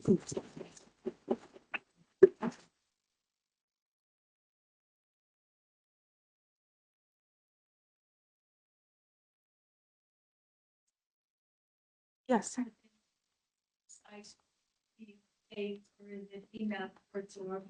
Yeah, so we have public walking tours the last Wednesday of every month at 3 o'clock. Anyone is very welcome to join. So we're having it starting this month. So 3 o'clock the last Wednesday, and we meet at the Clock Tower building. Those are generally for, just the general public. If you wanted to organize specific tours, please give me an email. Very happy to do that for tiny groups, for large groups, whatever you prefer. And we don't have the ones specifically for schools developed yet. That will be probably the end of February, start of March, that we'll have those available. Not at the moment, but that's certainly something we'd love to do in the future. Yeah. You mentioned specific details about the women convicts. Is that available now? So can you go in under Pantheon on some website or yeah, where that's available? So all those records are held in the National Archives. The specific ones that Dr. Joan Kavanagh is developing isn't produced yet. I'm hoping that will be early summer. So that will be a very nice, concise database specifically of the women who travelled from County Deals to Grangegorman and then on to Grangegorman. And a part of that exhibition will have a really lovely, being able to trace their journey from the County Deal to Grangegorman on the ships to Tasmania.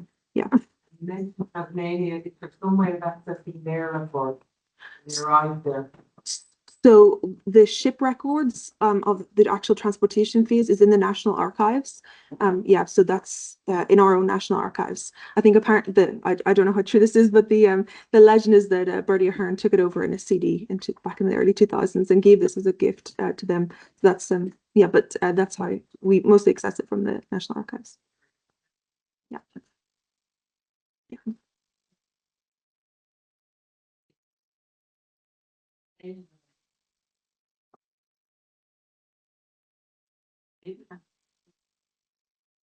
Yeah.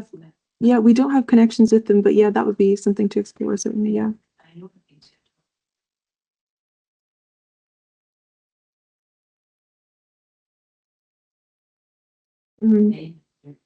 Details, primary information, and never have to do your change. Yeah. Thank you. Yeah. Thank you.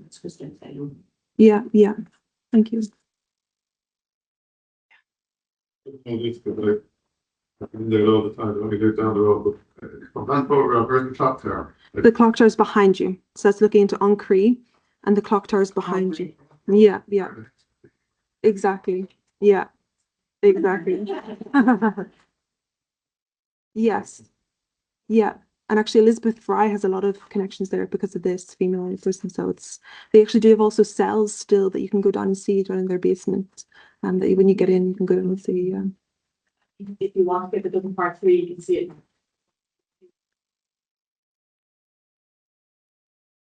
Okay, have our final speakers today, which is Emma, and a lot of the resources that you saw today will be available on the DRI as well. So I think you'll see that. Thank you. I am here today to talk to you about the Digital Repository of Ireland, which has been mentioned a few times in some of the other talks. I'll start by saying my name is Beth Kazook. I'm the project manager for research data, and I normally work with more third-level researchers, so this is actually not my wheelhouse. And if I haven't explained anything very well, please feel free to come up and ask me afterwards or ask lots of questions during the Q&A period. So the Digital Repository of Ireland is a certified trustworthy digital repository for Ireland's social and cultural data. And I want to take that sentence there and break it down into a couple of parts. So the Digital Repository of Ireland means we are digital. We don't hold any materials in our repository. So there's no physical papers. There's no really cool objects like you might find in the library. All of our materials exist on servers, largely at Trinity College and Maynooth University. We are a certified trustworthy digital repository. We exist because we recognize that the preservation of digital materials, which you are all going to be using in creating resource packs for schools, is something that is still challenging. The repository has been around for almost 10 years now, and certainly in 2015, when we got started, the conversation, the long-term preservation of digital information was still a little bit rockier. We haven't solved it yet, but we have done a lot of work with international best practice groups, organizations like the Digital Preservation Coalition, to apply the highest quality standards for digital preservation to the materials that we hold. And we do this level of work because we are a repository for Ireland's social and cultural data. We have, at the moment, about 56 member organizations that contribute material to the digital repository. So following along from we don't really have any physical materials ourselves, a lot of organizations that don't have the capacity to preserve their digital materials digitize and give their materials to us. Now, we believe that the point of preservation is to provide access. So everything that is preserved in the Digital Repository of Ireland, with a few caveats of kind of sensitive information that we can't make totally publicly available, is available on our website. So you can access materials that you have seen on other websites, but we have kind of the preservation copy of those materials. And we also have descriptions. Quality description we think is really important for preservation as well. If you have materials that don't have descriptions that accompany them, then those materials are much more challenging to engage with. So you will also find information associated with files, like some of the maps that you have seen today, that are in our repository as well. So they are described, and they do have permanent links, reliable links that you can put into your resource packs that shouldn't disappear over time. So just to recap broadly what DRI does, we preserve historical and social digital data. We also publish third-level research data. So there's a little bit of a mix of material within our repository, and that can be a little bit of a challenge if you're going into it thinking that this is going to be kind of like a museum experience where you click on an object record and you see an image and you get a description. Some of the things that are described are data sets that have come from researchers. And that's all kind of mixed together. So collections can be research collections that are associated with research projects. Some of our members are higher education institutions, or they could be more traditional museum archival collections that are kind of described maybe in a way you're more familiar with. And again, the point of what DRI does is we make available these collections online. We publish third-level research data to make it accessible, and we publish the preserved digital objects from cultural heritage organizations. So as I briefly said, what can you find in DRI? You can find images, lots of image files. You can find textual records, some of which have transcriptions that accompany them, and some of them are just more PDFs. It kind of depends on what we get from our member organizations, because they make the choices as to what it is that they're depositing with us. We have some really fun 3D data. This has come largely from the Hunt Museum and one of the research projects associated with the Academy, the Discovery Program. So we have a number of archaeological 3D objects, and we're getting more every day because we're building capacity to engage with those objects online. We have audio files, we have video files, and then, as I mentioned, we have research data sets, which might look like things like spreadsheets, but they can be a variety of different file types. So just to take you thematically through the type of material that you might find in DRI, we have arts and culture. We have, for instance, the fashion design drawings of Sybil Connolly, which were contributed by the Hunt Museum in Limerick. There's actually quite a few of those, and those are all openly licensed and available for reuse. So similar to what I think Angela was saying about the Flickr collection from the National Library, a lot of the materials in DRI have licenses attached to them, which will tell you what you can do with those materials. And we strongly encourage all of our depositors to license things as openly as possible, so that all you need to do is credit where you got the material from. We have some photographs from theatre performances. We have from Dublin City Library and Archive, we have Balik China from the 1950s. We see some insight into the production of that material. We also have some science and businessy stuff. The An Post Museum contributed a whole bunch of stamps, which is really fun to look through. We have packaging design that was contributed by the National Irish Visual Arts Library. I don't know if some of you might recognize stag packaging from 1982. Apparently, that's what it used to look like. And then we very recently, in 2024, acquired a new member, the National Botanic Gardens, and we now have quite a substantial resource for botanical illustration. We have a number of historical and geographical collections. The Kilkenny County Council Library and Dee Maharing, who was the photographer, went around and photographed shop fronts in Kilkenny in 2021. Actually, I think the project was kind of 2019-ish, 2020, and then deposited in the DRI in 2021. So you can have a look at what shop fronts currently look like or very recently looked like in Kilkenny. We also have much more historical material, and you've seen plenty of maps, but you can also see high quality versions of maps that you can zoom in on DRI, and you're able to download those materials as well. So if you want to use them in your own presentations, it might be easier to do that in kind of an offline situation. And finally, we have humanities and social science research data, some of which is going to be more targeted to a much more academic audience, but it's not to say that you couldn't use these materials as well. This particular collection comes from a researcher who was looking at the impacts of COVID on teen mental health. And so what exists in this collection are anonymized interviews with teenagers on their experience with COVID. So I think the age group is maybe slightly higher than what you're targeting, but there will be some who will probably share some of those experiences.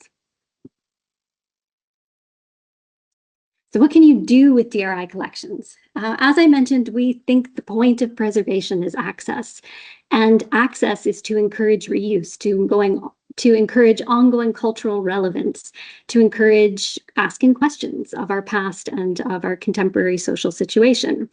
And some of that stuff doesn't necessarily have to be highly academic. Some of that stuff can be fun. So we did a project and a blog post just at the end of December at DRI. So if you do go to the DRI website, to our blog, you'll find a description here of our use of the Giphy platform. We took some still images from our collections and we put some animated stickers on top of them to kind of bring them into the 21st century. We also have advice in that blog post about how to kind of use the platform in a way that traces back to DRI, that gives credit to where these images came from in the first place, so that you can learn more about the materials and where they came from, and then just kind of experiment with what they might mean going forward, how you can engage with them differently. You can also do some very academic things with our materials as well, especially some of the collections that are organized with really comprehensive metadata. This is a collection of Irish traditional music where it tracked the types of songs that were most popular in different regions of the world. For instance, North America is represented here, and we've got a breakdown with Canada as well called out. Or sorry, this one is specifically North America and Canada, the different types of songs.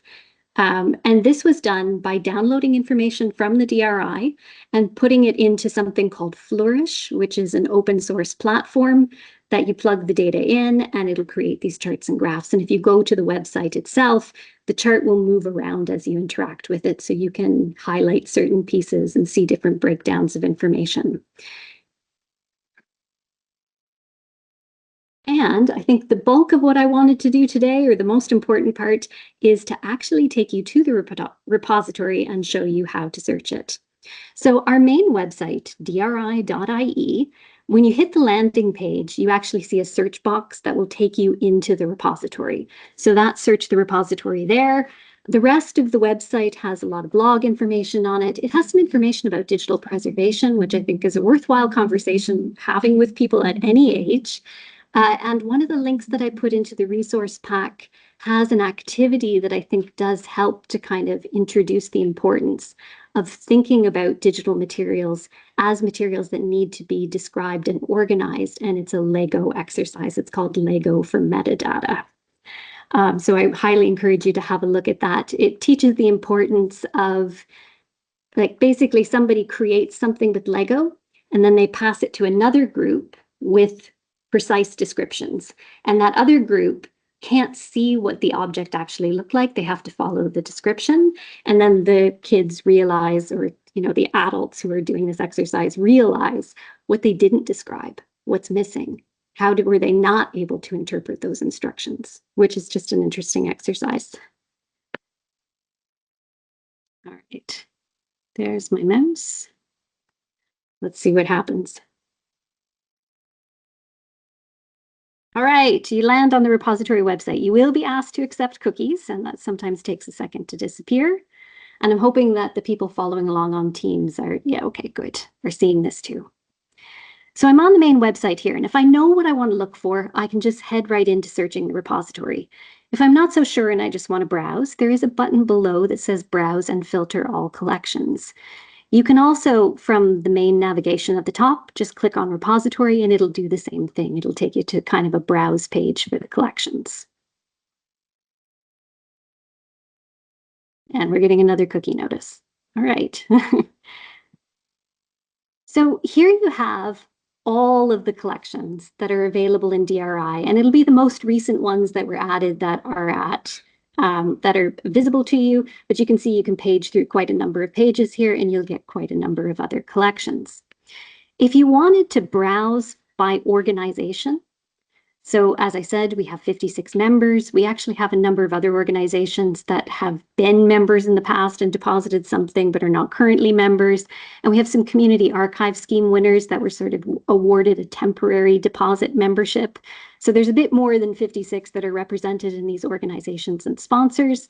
But if you happen to know that an organization has material that you would be interested in, you can browse and enter their collections via this view. But if we go back to data and collections,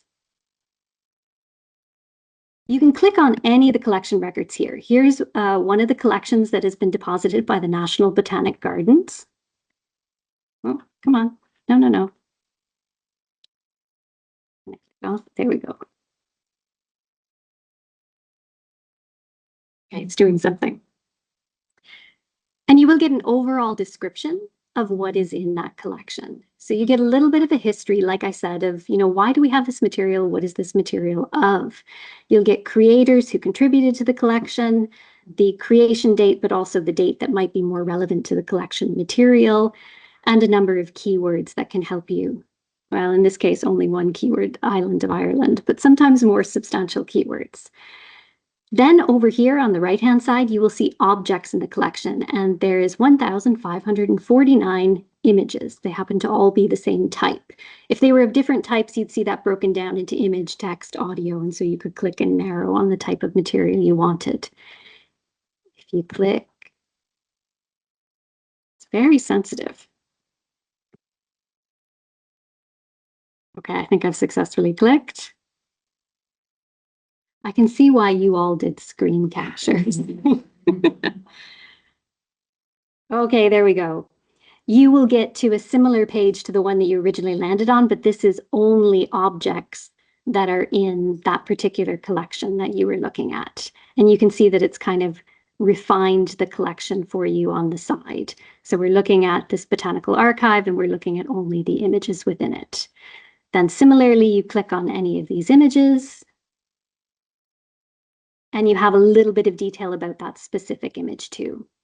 This DOI here, it's called Digital Object Identifier. This is a permanent link that is supposed to persist even if DRI doesn't.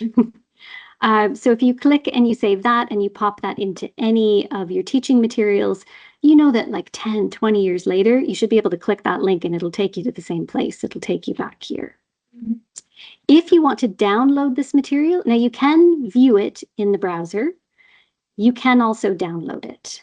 There will be an agreement that says that you agree to abide by any licenses that are attached to the material, and then you can download it. Sometimes you'll see what is called here the optimized surrogate version of the asset.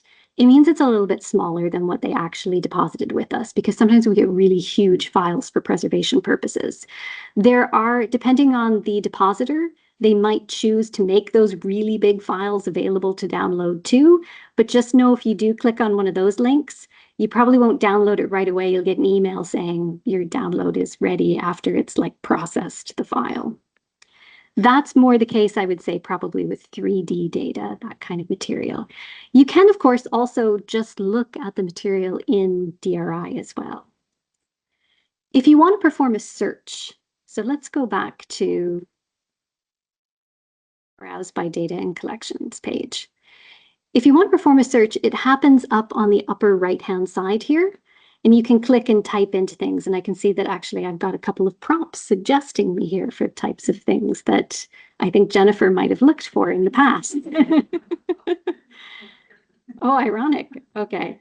Well, let's look at Irish Historic Towns Atlas anyway. We have one collection that happens to match that name. And then we can also, as I said, you can click into the record, read about the record, and you see the objects. I think you can also cheat and click on the object tab here, and you see all the objects within the collection immediately. If you perform a search up here and it's very particular, like for instance, I'm going to make sure I get rid of that there. I'm going to go back to collections. And let's say I want to look for Christmassy things because I was working on creating those gifts and I wanted to see if there's anything already associated with Christmas. I'm going to type that in there. And I do actually get a couple of collections that are associated that have the word Christmas in that top level keywording. Not surprisingly, On Post Museum is one of them because they'd have a lot of Christmas stamps. But I know that there's a lot more Christmassy material than probably what I'm getting from this search. So I'm going to click on the objects instead. This is one of the things about our repository database that I don't like. I like lots of things about it, but I don't like this, is that when you're doing your search, whatever level you're on is the only level it will search. So if you're on collections, it'll search collections. If you're on objects, then it'll search objects. So now I'm getting things that are coming from the Right to Water protest, for instance. That didn't appear in one of the collection level records, but one of the objects has Christmas attached to it as a subject heading. So I'm getting images. And for those of you who were maybe here at the time, Jerry Christmas and a Mary Lou year is the reason why this has been tagged as Christmas. All right. I think I'm probably, have I used up all my time? Yeah. We can get some questions in. And I can do more searches with you over on the side as well if you want me to.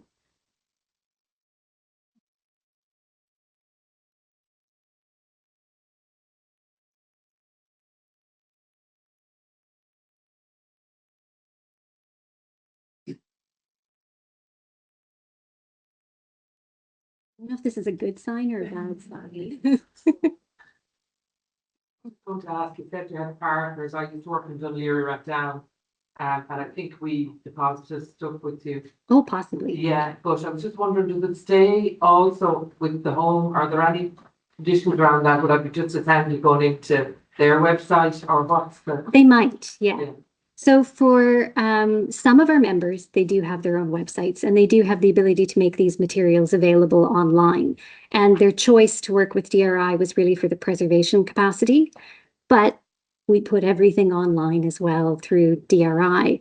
If they cease to be members, there is a choice where they could potentially ask to have their collections removed, but I think that's not really happened. For the most part, if they deposited collections, they wanted it preserved and they wanted to leave the collections in there. But you could probably find some of the things in DRI in more than one place. Probably your best benefit in using DRI is the ability to look at individual things with reliable permanent links. So you know that they're still going to be there.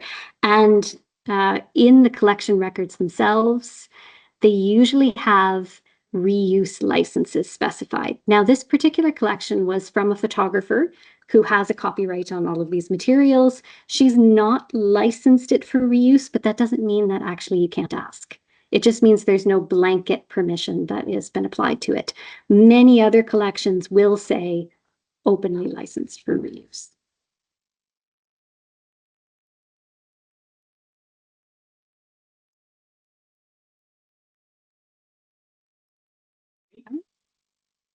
Well, we have this time on time as well.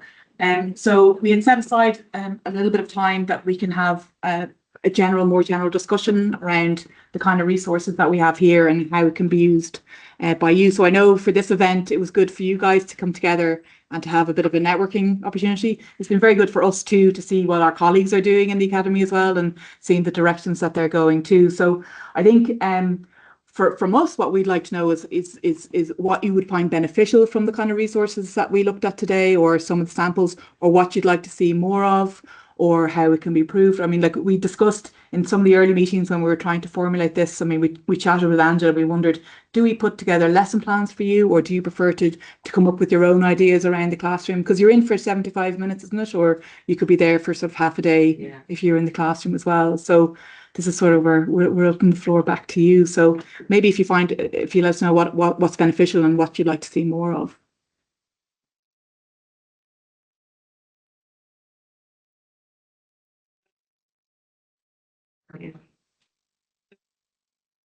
Is there an explanation somewhere on the website of like what is that? Like, is reuse that you can't use it in any context whatsoever, or is it like you can't use it in something where you'll get paid to do it? You know, is there an explanation of what the grades are? Probably not in a terribly accessible way. We do have fact sheets that we've published in the repository, and one of them is a licensing and reuse fact sheet. So it will describe the fact that when things are licensed, they're using particular licenses that are broadly applied internationally. So there's something called Creative Commons, for instance.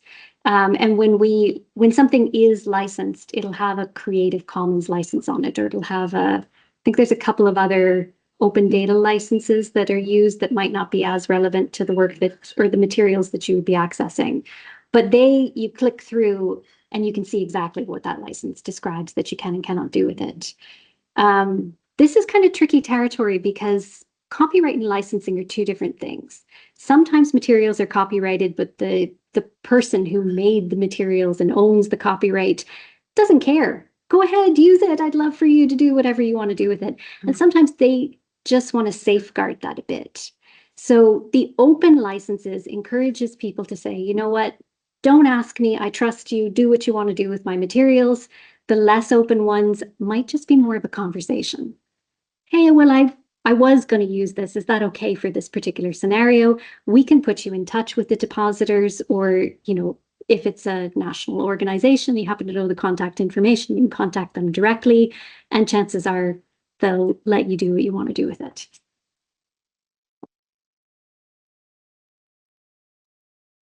Just wondering what kind of resources on natural history are there, if any? I know you showed the National Botanic Gardens. Yeah. Are there other records for plant and animal life? There is a collection that focuses on traditional farming, which I think is probably adjacent to what you're asking about, but it would have mention of obviously agriculture that goes along with it. There'll be some archaeological collections that will probably have agricultural components. I'm not sure off the top of my head. I was thinking more in terms of wild, any documentation of wild plants. They would be probably in the National Botanic Garden collection. That would be. Or does the Natural History Museum have anything? You links with them? I don't. So, this is not my wheelhouse. I don't do members, but no, I don't think we do. I don't think so. Do we have the Usher collection? Yes, it's coming. It's not there yet. Okay. Just to say that our Usher bird notes collection is going to be put into the repository, but we were able to digitise elements of that collection with a Heritage Council grant, and we are just still working on that project. So they haven't been released publicly, but they're kind of on the way, and that is where you will find the Usher collection when it goes public. So and there's great mix of lovely letters and birds' feet and all sorts of interesting things in that as well. They can download the feet though. Maybe a 3D render of feet. Yeah. Or come to the library and you can play with the feet yourself. Sarah, did you have a question? Yeah, no, thanks. I was just very interested in chatting to a couple of people in between the sessions. And I suppose because we're working in here and creating atlases and whatever else, I'm just kind of curious about the heritage in schools. We've Angela very good in explaining how she runs her sessions, but one of the colleagues there was saying that she runs a lot of her sessions outdoors. And I was just kind of interested, Maria, or whoever, just in the the breadth of heritage that it's discussed. I think it'd be interesting for us to hear a little bit about that, maybe, if you wouldn't mind. Yeah, sure. So I suppose it's a hands-on interactive program, and we do try and deliver our visits outdoors where possible and promote the outdoor classroom, outdoor education. And we also, our visits focus on various different areas of heritage, so built natural, cultural heritage. In terms of how the individual visits are structured, that's very much up to the individual specialist and the school they're visiting. So for example, like Dave might do a full day with a sixth class, or, you know, a half day. Is that right, Dave? Yeah. Longer Yeah, session. I often do 4.5 hours of lesson time, or 4 hours even, if it's a deep dive, you know. Yeah. But sometimes it's an introduction to a topic, you know, so it depends. But I bring 100 artifacts into a classroom, you know, from a period like 1916 or the 9 Years' War in Ireland, that type of thing. So the touch, see, feel thing is a big. Facility is very important for children, you know. That can help develop lessons they've already done, or can serve as an introduction to a new topic. But we look at the materials and, you know, the green thing as well and all that, you know, looking at recycling, it all fits in. And do you find that most schools are receptive to bringing you in as a specialist, or are there some schools that aren't really interested, or? It can be hard to get into a class secretary. What's your tactic then? Once you get in once, and actually, but just before Christmas, I had 2 schools said they had difficulty finding an expert that was available. Okay. And I lived 10 miles from school. So, you know, but once you're in the door, then I was able to say, go on, look and say you could do this as different topics. And I would have younger teachers say, oh my God, I had no idea how I was going to teach that subject. But what you've done is, and what you've done, giving me topics that I can do a deeper delve into. Yeah. And different terms that could potentially come out of it. And in terms of the research that you carry out for your sessions that you're doing, like, where are you looking at the moment? Local stuff is a big thing for me because I focus on the school and the area and life in the area over the different areas. So the DRI is a big one. The maps is huge. I would then go in and use GeoHive and expand on and go into different aspects of life. The Dufus is a good collection to use as well, often going for that. And I would do genealogical research as well. So all the census and the Irish genealogy.ie. You can really bring it. Anything that's tangible, and the pictures and just anything that you can help them relate to and that looks familiar, then you pick their interest and then they want more. Yeah. So for the resources from today, did you find that that's going to enhance stuff, or was it up to, so you think it will help? Yeah. Okay, great. Because I mean, we've said that this is a pilot. We would like to do it, you know, again, maybe it's an annual thing, or maybe we do it every couple of years. You might get bored of seeing our faces, but even if it's an opportunity to come in and maybe we look at different angles, but that's where we would look for your feedback in.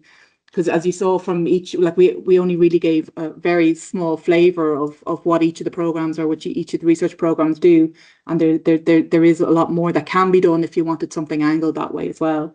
So just a couple of questions in from online. Do you want things going, Jennifer? If you want, yeah. So one person says, Sligo Field Club recently digitised over 400 photographic slides from 1950 to the 1970s. With funding from the Heritage Council. These are going to be hosted by Sligo Library. Will these automatically go into the Digital Repository of Ireland? Or should we get in touch with DRI Direct? Thanks for all the great talks. And then another person said, I thought the information provided was incredible. I would really enjoy a half-hour evening version of these as a series, as there's so much to take in. Housed in the Heritage and Schools resource would be great. Yeah. So like just as part of the, sorry, just on that, and then Beth, you can come in. For the, I do run workshops, but for something like the Dublin Festival of History, but they go on for 2 hours. So I had about 10 minutes today, you know, so, but if you really can, and that's when you're working with the atlas and we literally go through and show examples and stuff as well. So they're workshops as well that we can run, and I'm sure the others would have availability as well at some point if we can get this coordinated as well. Sorry, Beth.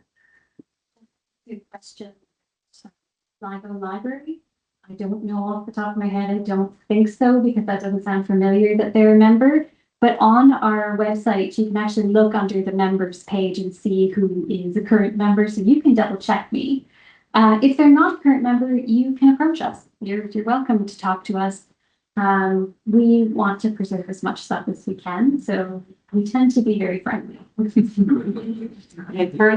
Thanks, Jen. I just wanted to ask you guys, and also putting on the mind, I mentioned to you earlier, Maria, like I've gone given workshops and talks in Limerick and Cork and Galway views, but would it be useful to do something like this in the regions? Because it's very Dublin centric, it's very difficult to travel, you know, and I'm genuinely interested, do you have much networking within your group, or is it very disparate and sort of sole traderish? Still no. Yeah, we're all traders, yeah.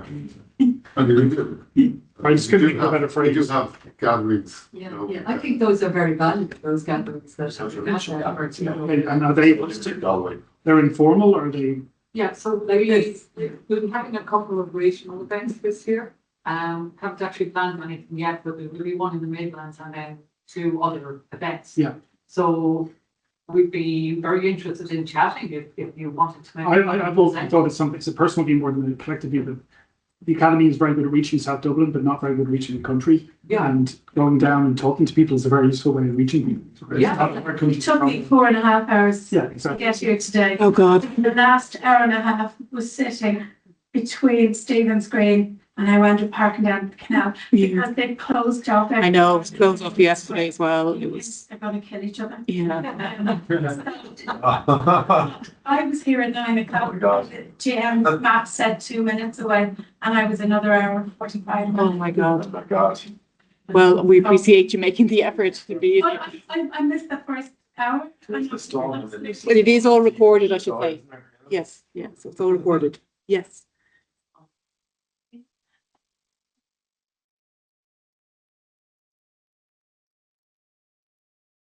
It's because it was granted this royal charter in 1785. There are, I think, something like 75 other royal places around Ireland as well that maintain that name. It's just part of the history. It is a debate. Like I don't have a strong feeling of it either way. I've worked here for nearly 20 years now, but it is something that comes up quite a bit. But it's of its time. It was granted by George III, and you know there. Yeah, it is. Well, it is, but like we are an all-island body as well, and so we do cover. Yeah, it's That's what a problem. I'm probably more from the other side of the house here. I love just the fact that it's an all-island body. Yeah. And this is Charlo. I think it was yours had examples of famous Irish people or whatever, and I thought and was a rebel and a Republican on the short film, which is a Jake Williams, but stick in a couple of unions, and I think for the. It's very interesting because the person put that together wouldn't be aware that they would have had their own biases. We all did. I know it's fine, but just and just on that, when I'm doing kind of deep biographical research, you often reaching out to educational institutions. When I email a certain type of school in the north of Ireland from the Royal Irish Academy, the response I get is very, very positive. It has its benefits. You have a question here? I just ask this on a practical level in terms of using the library and coming in. And, is it something that's accessible all the time, or to make an appointment? Well, Emma can take that. Majority of the time is yes. Yeah. The library is open from 10 until 5. Just weekdays, I'm afraid. We're not open in the evenings or the weekends, but you can come in anytime.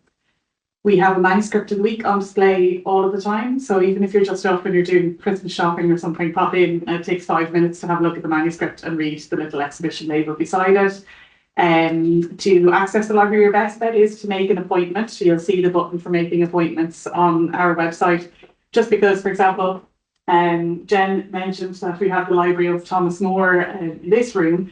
If a conference such as this is going on and you come in on the day and one book you came up to see was from Thomas More's library, we can't come in and get it until a break in the proceedings. So you're better off booking parts of the collection in lots of public spaces and of course in our strong room and so on. So that's why we do encourage people to book in, but we can respond usually pretty well on the spot. So again, if a meeting gets cancelled or something when you're in Dublin and you have time on your hands, do feel free to come in. And our catalogue is there so you can see what we have when you're at home and make your appointment.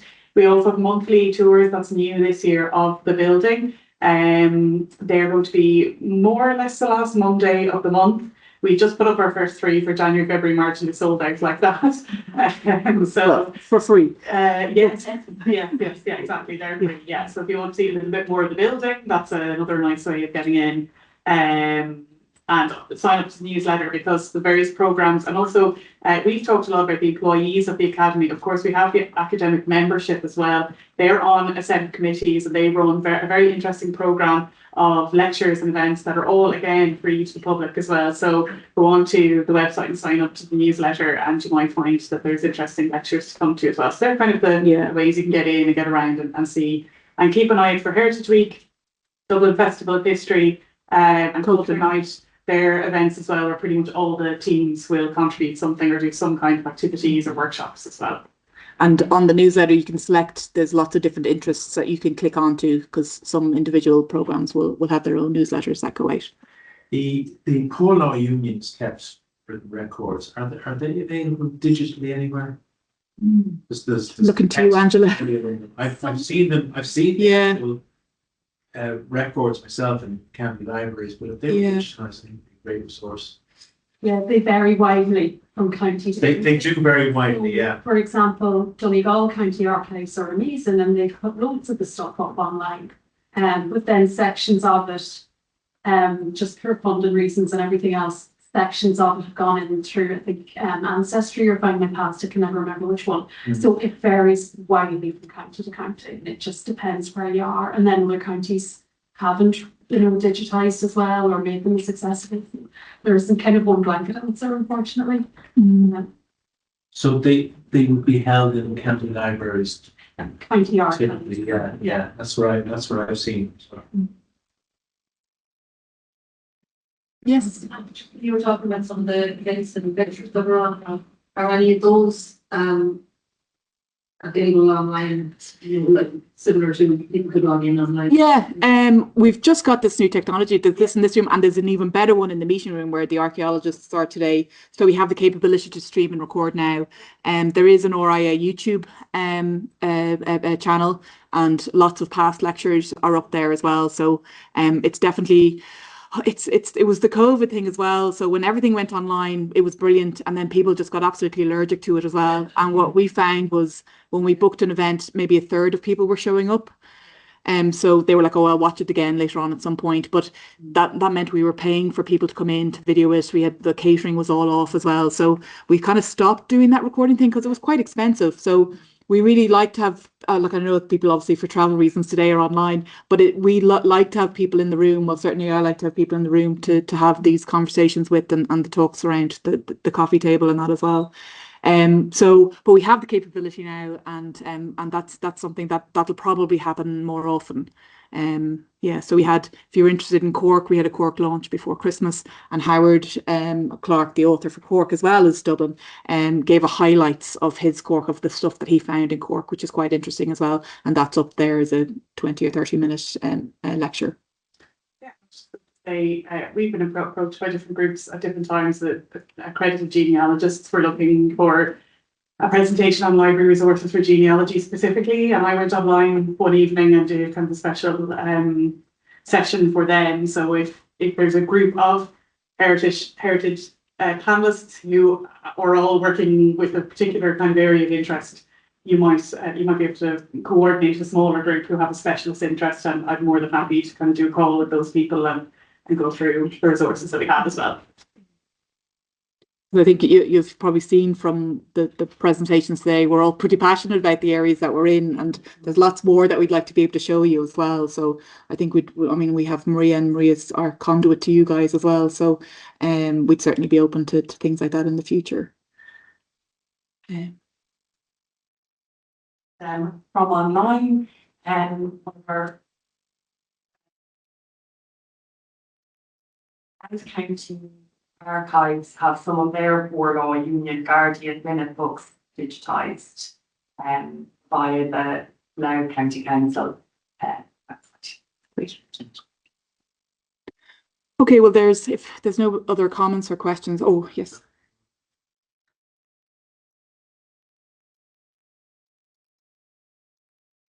It's the calligraphy book. The calligraphy book. And you get, there's lines in it where you can actually practice the calligraphy in it as well. It's gorgeous. Yeah, yeah. And I think on festive evening you could get a calligraphy pen with it. I'm not sure what that deal is now. It's a free copy. And the Cork IH. TA, yeah. That's available.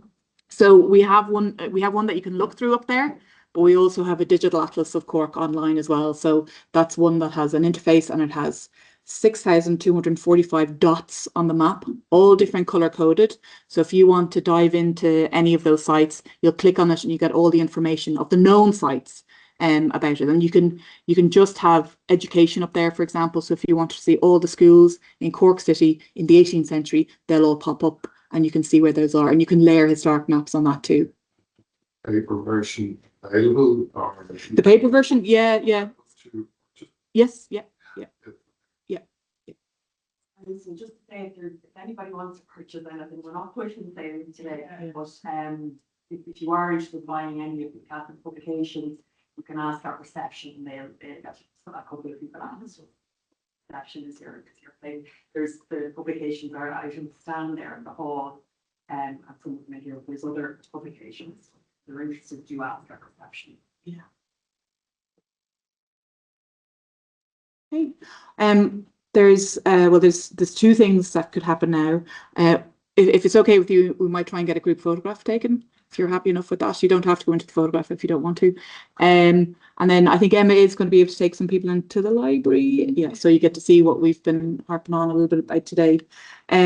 So really then it leaves me and my colleagues to thank you all for making the journey, the 4.5 hour journey. And yeah. Well, you made it, which is the main thing, and it's been really useful feedback. So we hope, for us, and please continue to give that, because we want to be able to show you what we have and how it can be useful for you as you go out into the field and meet those 200,000 students. Just on behalf of Heritage Council, it was a privilege for us to be invited here today. Yeah. And we really appreciate you guys giving up your time and the generosity with you share your expertise and your resources. I think we've all really benefited so much.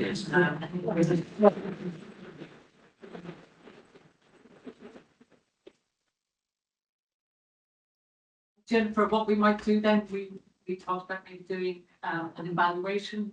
Yeah, so people had time maybe to have a think about things and absorb some of what maybe early next week we might send out a survey and see what you feedback to Jennifer, and we can see what we do in the future. I think. Yeah, absolutely. Yeah. I think even in months, because we had so much to think about, these resources. Some of them maybe we knew already, but some of them, for me, for example, were completely new. Mm-hmm. And my brain was already rearing, thinking, oh, how can I use these? The only way I will know is when I go into a school or I'm planning a class in a specific school, going local, and then I will discover how to use them. And so maybe even in months, there will be time for more feedback, or like you asked, for example, what can we help you with, or which kind of resources would you like to see more?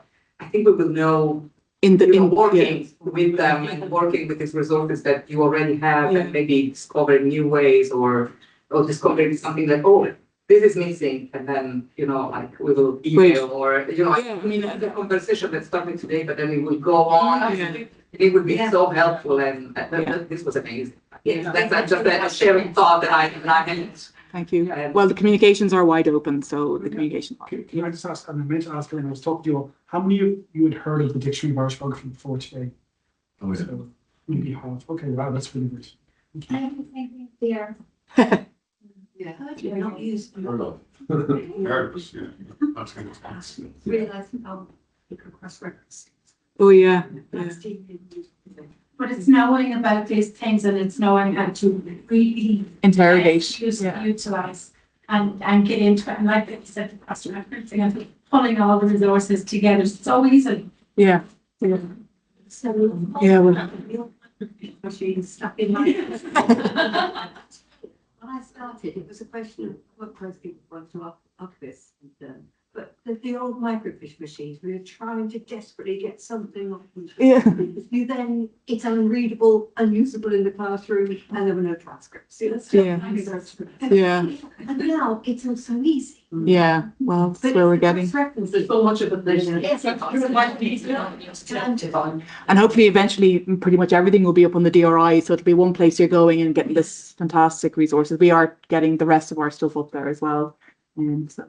Some of you guys remember, but in 2016, you used part of my mobile collection to commemorate Hugh O'Neill, Hugh O'Neill, the chief of Tyrone, you know, the symposium for the 400th anniversary of his death. So I did a day-long mobile museum. You had speakers like James O'Neill and Hiram and others. It was a great day. That's the last day I've been here. It was 9 years ago, obviously. Yeah, brilliant. As the years fly by. Yeah, they are creeping in. But you fast as something it was last year. Okay, so I'm going to find, we have our comms person's going to get a photograph done, and if anybody wants to get an atlas as well, Sarah is going to be able to distribute some of those. So your late show, everybody in the audience. Yeah. I'll be back in.